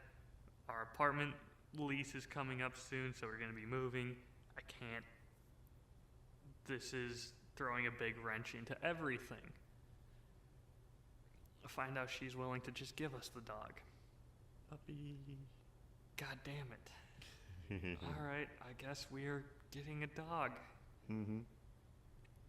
The other big news that throws a big wrench into is in about a month, we're going to be moving back to Minnesota. Oh, wow. With a puppy now. The morning after I got that text, I get a call from the apartment we had applied to saying we got accepted. Our application was accepted, so we could sign the lease and get this 3rd level 1-bedroom apartment. Well, now we got a puppy. That's not going to work. No dog allowed. 35-pound weight restriction. That puppy's going to be 35 pounds by the end of the week. Yeah, okay. Okay, so now I'm back to, we're going to get a puppy. I don't know where I'm going to be living, what state I'm going to be living in, or what sort of work I'm going to be doing if we are in Minnesota. This is going to be a stressful week. Call the apartment complex up, let them know, hey, we're getting a puppy. Do you by chance have any townhomes that don't have weight restrictions that be becoming available? Well, we've got one for around the same price range on the ground floor that would be available the day after your lease at your current apartment would be up. Okay, fuck it. The world has better plans than I do. It knows what it's doing. I'm along for the ride now. So Things disconnected. I can't argue with that when the world hands me a free puppy and then says, by the way, here's a place to live that would be great for the puppy. You're going to be exhausted and happy. Yep, pretty much. So that is the big project that's taking away most of my time right now, is preparing for a move. Family stuff has been a big thing for you the last 2 months. Yes, it has. It's definitely something that I like to focus on and make sure that I'm treating her well and keeping her happy. But at the same time, it's fucking exhausting. At this point, I literally downloaded Duolingo and have started learning Italian in the last week. Just to give me something to focus myself on, feel productive, and yet have no relevancy to anything else in my life because I just need to take a break from it all. Whiskey's so much of my life, I need to step away from that. Ashlyn, my family, I love you guys. I need to take a step away from you at times. But if I'm just trying to sit there, watch YouTube, or do something, I start pacing back and forth. I need something to focus on. Alright, fuck it, Italian. That's the weirdest thing I can think of right now. I would always recommend German. I wanted a language that I hadn't tried to learn yet. Because I feel like with German, I would become complacent of, okay, I know this word, I don't know how to conjugate any of them though, and I'd fuck me over. That's a good point. So, I've tried learning German, I've tried learning Spanish, I've tried learning French. Fuck it, let's go for Italian, and I can fail at 4 languages. This sounds like a nice feeling though, of a bit of an oasis. It's weird. I never thought I would be excited to wake up and, okay, I'm gonna say, I don't know, book in Italian for the next 3 minutes. Yeah. But I feel productive, and it's still a break from everything else that's stressing me out. I'm doing something productive, and there's no stress to it. Yeah, it's active, so you don't have the stress of time passing. Like this is useful, but this is its own little world. Yes, it's so much nicer, and I've never had something really be that way. Man, this is another cool adventure for you. That's kind of cool. I don't know why I picked Italian. Looking back, I should have picked like Gaelic or something, but I knew in my head I'd be thinking whiskey then at that point. Yeah, and that gets you connected to everything else. So this is going to be completely useless second language that I'm hopefully learning until I give up on it. Like, that is the same way I feel about German, and you might be the only person I know now that'll understand why I'm studying it. And when I got out there, I'm just all this effort in German, like, oh, I recognize that word. Oh, I know that one. And then I walked away from learning 5 more just by walking through the coffee shop that day. And it was thrilling and fun. Half the grin to my train was I'm sitting there with my view, my laptop, and my videos, and I'm looking at all the stuff written in German, like, oh, fuck, I know what that means. It's a very weird experience, and I don't know how I would be able to fully explain it to someone. Right. Without them just having it. My gut is it's this important need to have something entirely for yourself. It's not for money or to accomplish this. It's just, I'm just doing this just because I enjoy it. But it's not consuming. It's active. That's true. I like that. It's the active part of it. I need to be doing something. I can't just be sitting down watching a movie. Like, yes, I'd absolutely enjoy.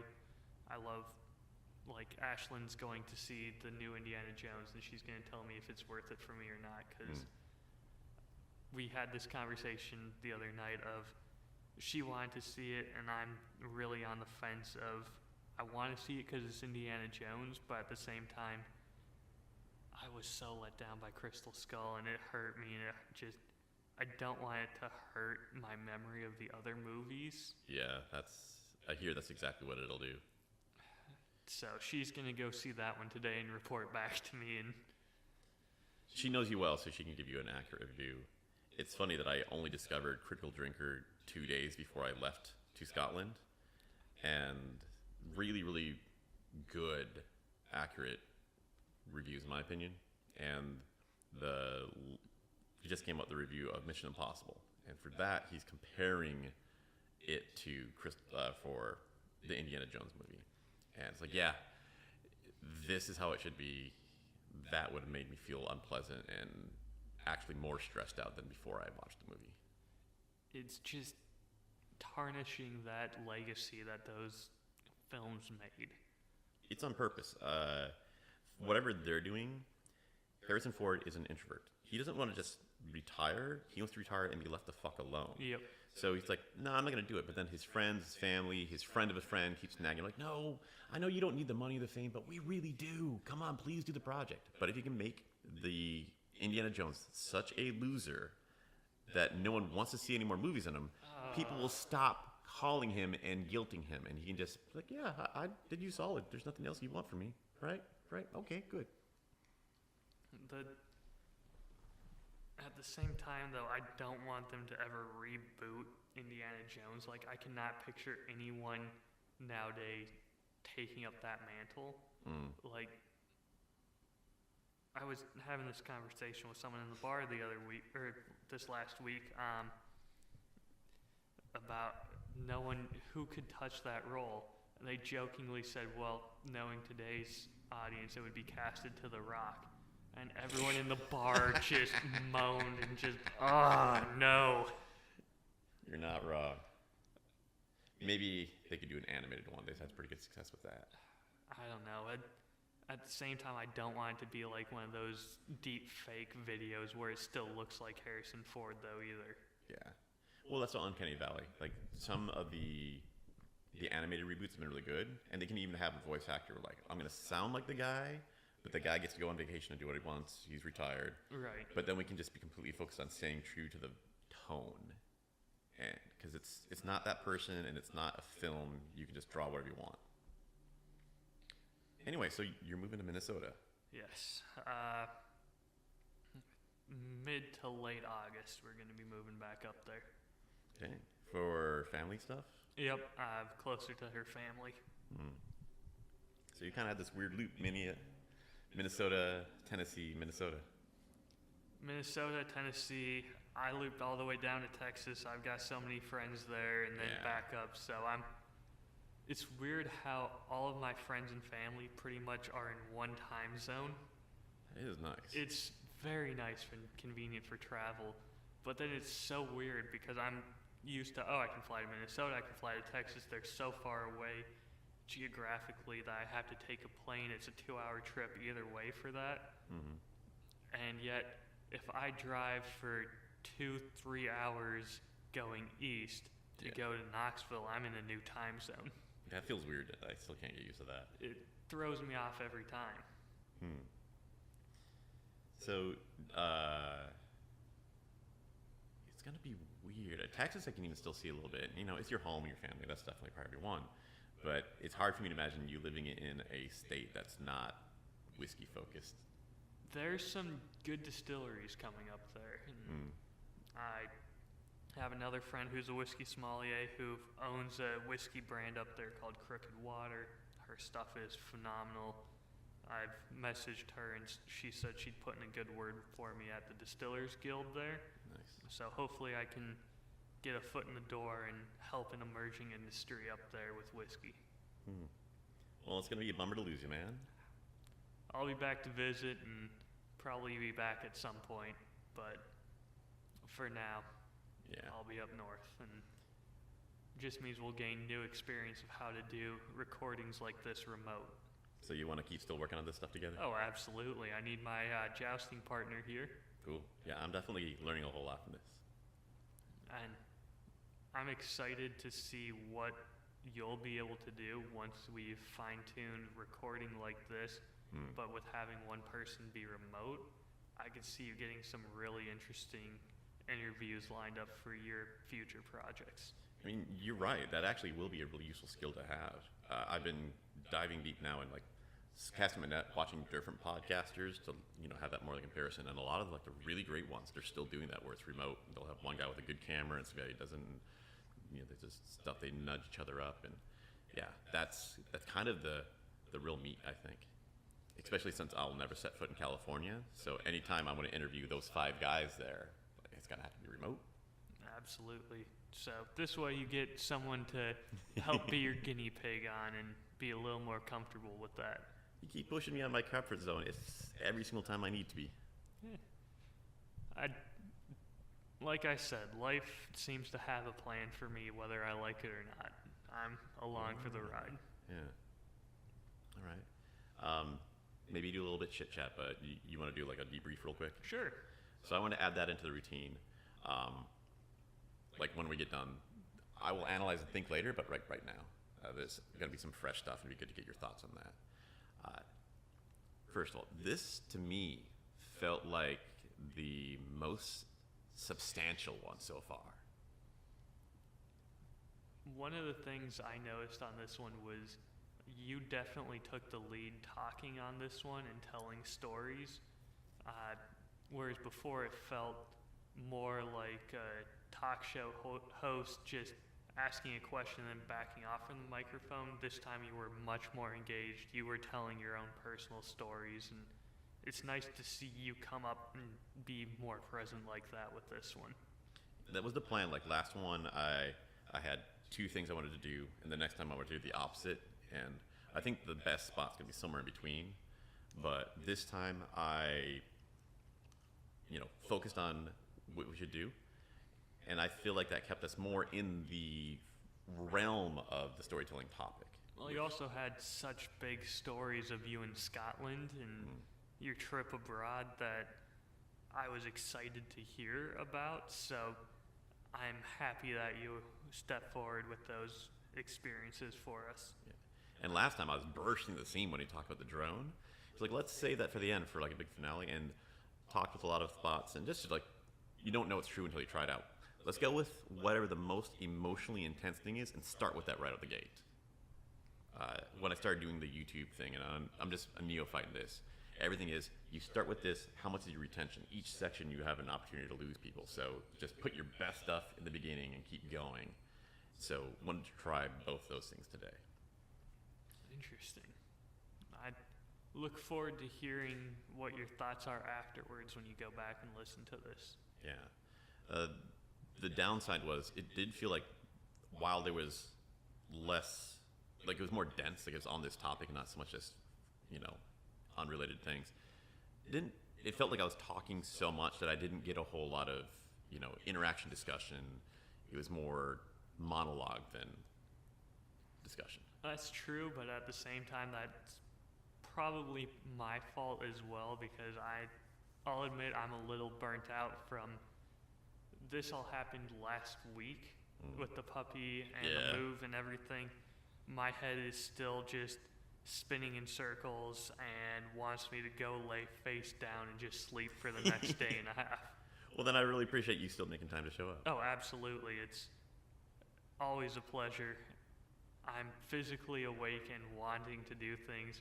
It's just mentally, part of my brain is completely fried. So I appreciate your patience with me today and not being fully present as I would be. All right. So that's the real question, and like two parts. The amount of interaction. So you feel like it wasn't like you were cut off, like you had an opportunity, you were just choosing to kind of... Right. I was a little more reserved today, I think. Okay. And then how do you feel like that did for the content? Do you think it would be better to, like, does that work to have the podcast that's mostly focused on what I'm talking about, or to have one half that I'm talking and one half that you're talking about? Or do you think it's better to actually, ideal when we're both super rested, have a little bit more back and forth throughout the whole thing? I mean, in a perfect world, us both being energized, ready to go, would probably get the best product. But realistically, that's never going to be the perfect case. It's never going to have everything work out right. So I think it's a good skill to be able to read each other and go, okay, Ryan's letting me speak. I should fill this air. I should keep going. It's having that intuition with each other for this back and forth. That's a really good point. It's the same question, and I still think it's going to be a learning thing to figure out. If one person wants to talk about a topic, and that's the point, is to explore this thing right now, how good is it to have them just go on about it? How much is it good to get someone's reactions to it, their thoughts, and go back and forth in it? I think there's a certain mix that gets the most emotional intensity and also the most depth, because an outsider, they see more edges of the story than the person who experienced it did.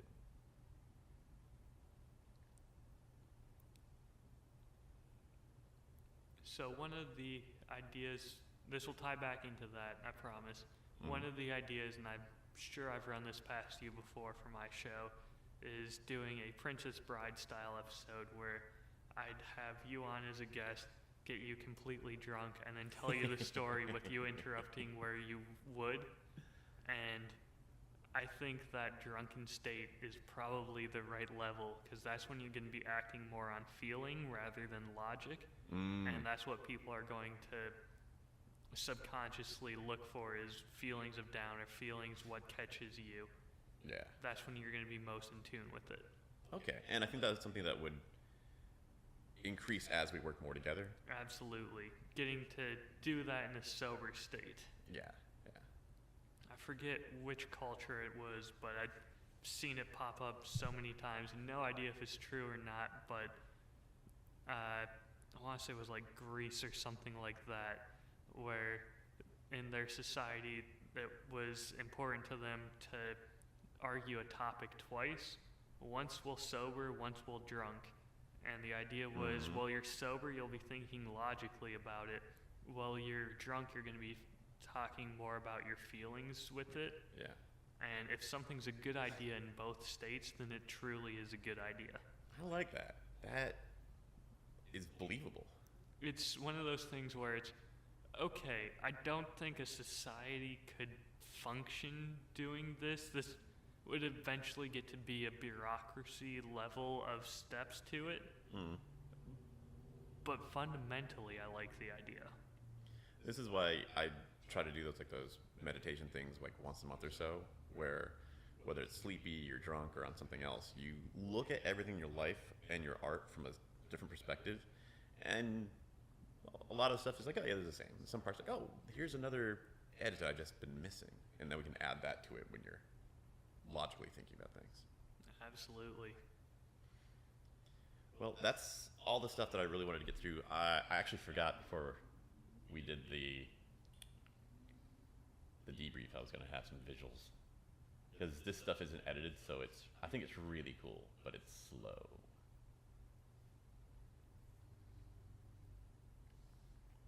I know I was definitely telling you about this. The crane? Oh, I was telling you about that too, but the castle? Oh, yeah. And I saw some of these pictures on your Instagram.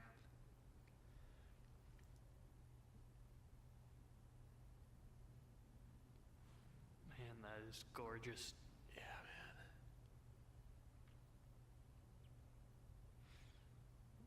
Once you edit, the colors get a lot more intense, and you can see the mountains clear. But just the raw video is so pretty. There's gotta be, this is what's making me go nuts, is I'm getting better film, and so I know there's more I can do with it, but I don't have the skill to do the thing with it yet. Here's the nice thing that you are so lucky to have, my friend. You have the professional grade equipment. You have really good shots that you can work with. You have some of the best art supplies, and it's all digital. It's not like paint where you use it once and it's gone. Yeah. You can practice on this over and over and fine-tune your skills with already professional grade equipment. Yeah, I just need to get the discipline to spend the hours. I've been starting to do that now. We talked where, no one's going to see it for a while, but yesterday I spent like 2 or 3 hours getting music and editing the Falkirk wheel video. It's just such a long video. It's going to take more time than any other one to get a finished product, but we're getting there, and I'm learning from it. This was neat. From that angle, you can see right there the Wallace monument on that hill in the back. Okay, yeah. Man, that is phenomenal. Such detail to that. There's a lot of cool stories too. Like going there, the tour guide, it's a completely different level where the guy's super passionate about it. Accent's amazing. But anyway, so there's this. I'll let you know when I get a finished product on that. But the one that's taken me forever is this. This was on the cover of my textbooks, and it just looked unbelievable. So the fact that it's actually a real thing, I've wanted to go to this place for over a decade. And I planned this out. I was watching other people's videos of it and planned it out. And like this is it's a freaking 10-minute single shot video. And I'm thrilled with almost every part of it. It's just no one has an attention span for more than 6 seconds. Yep. So I have to chop it up to 100 6-second pieces.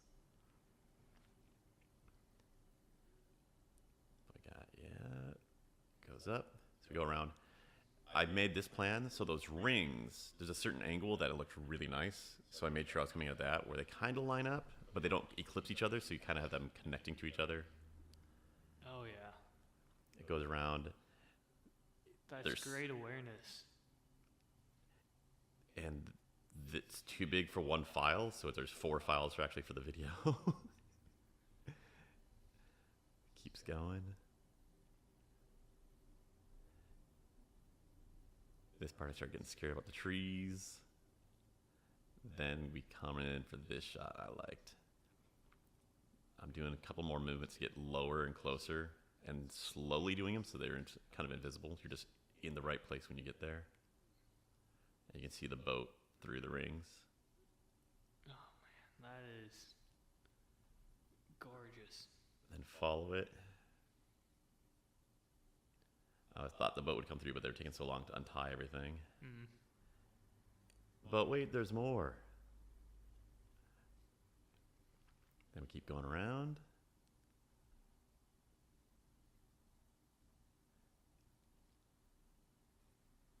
Close-up of it.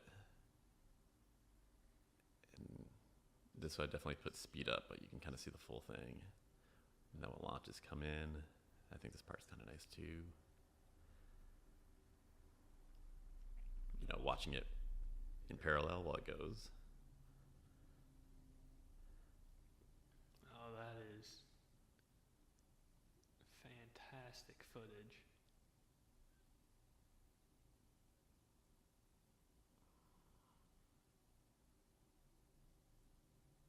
You just see him. Boop.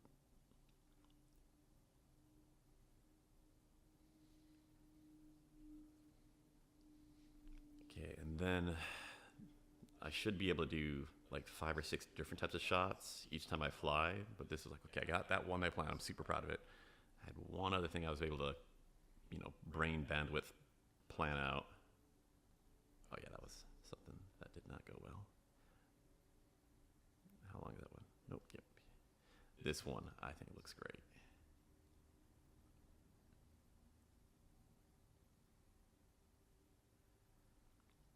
Just the ripples in the water. That is gorgeous.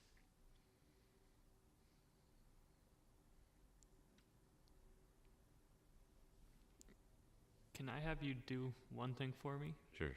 Can you go back to that video where it was you on the ground that you said that didn't really work? Mm-hmm. Because I think you're missing an idea, and I think it would work. I'm not sure if this was the intent and you just don't think it was executed well. I want to hear what the goal was with that video. Let's see, where was it? Because I have an idea of what I would use that for. How come I can't find it anymore? Was it just the tail end of one of the videos, or the beginning of a video would it show? There we are.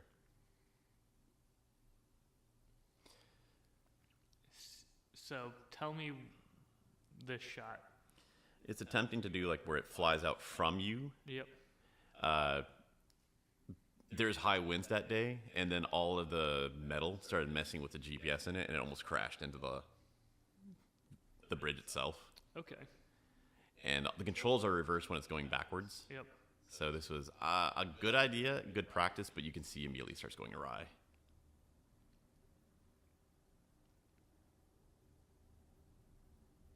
So knowing that, I can see how you would think this is a failure. But I think that this is perfect. Wait till I get to this part.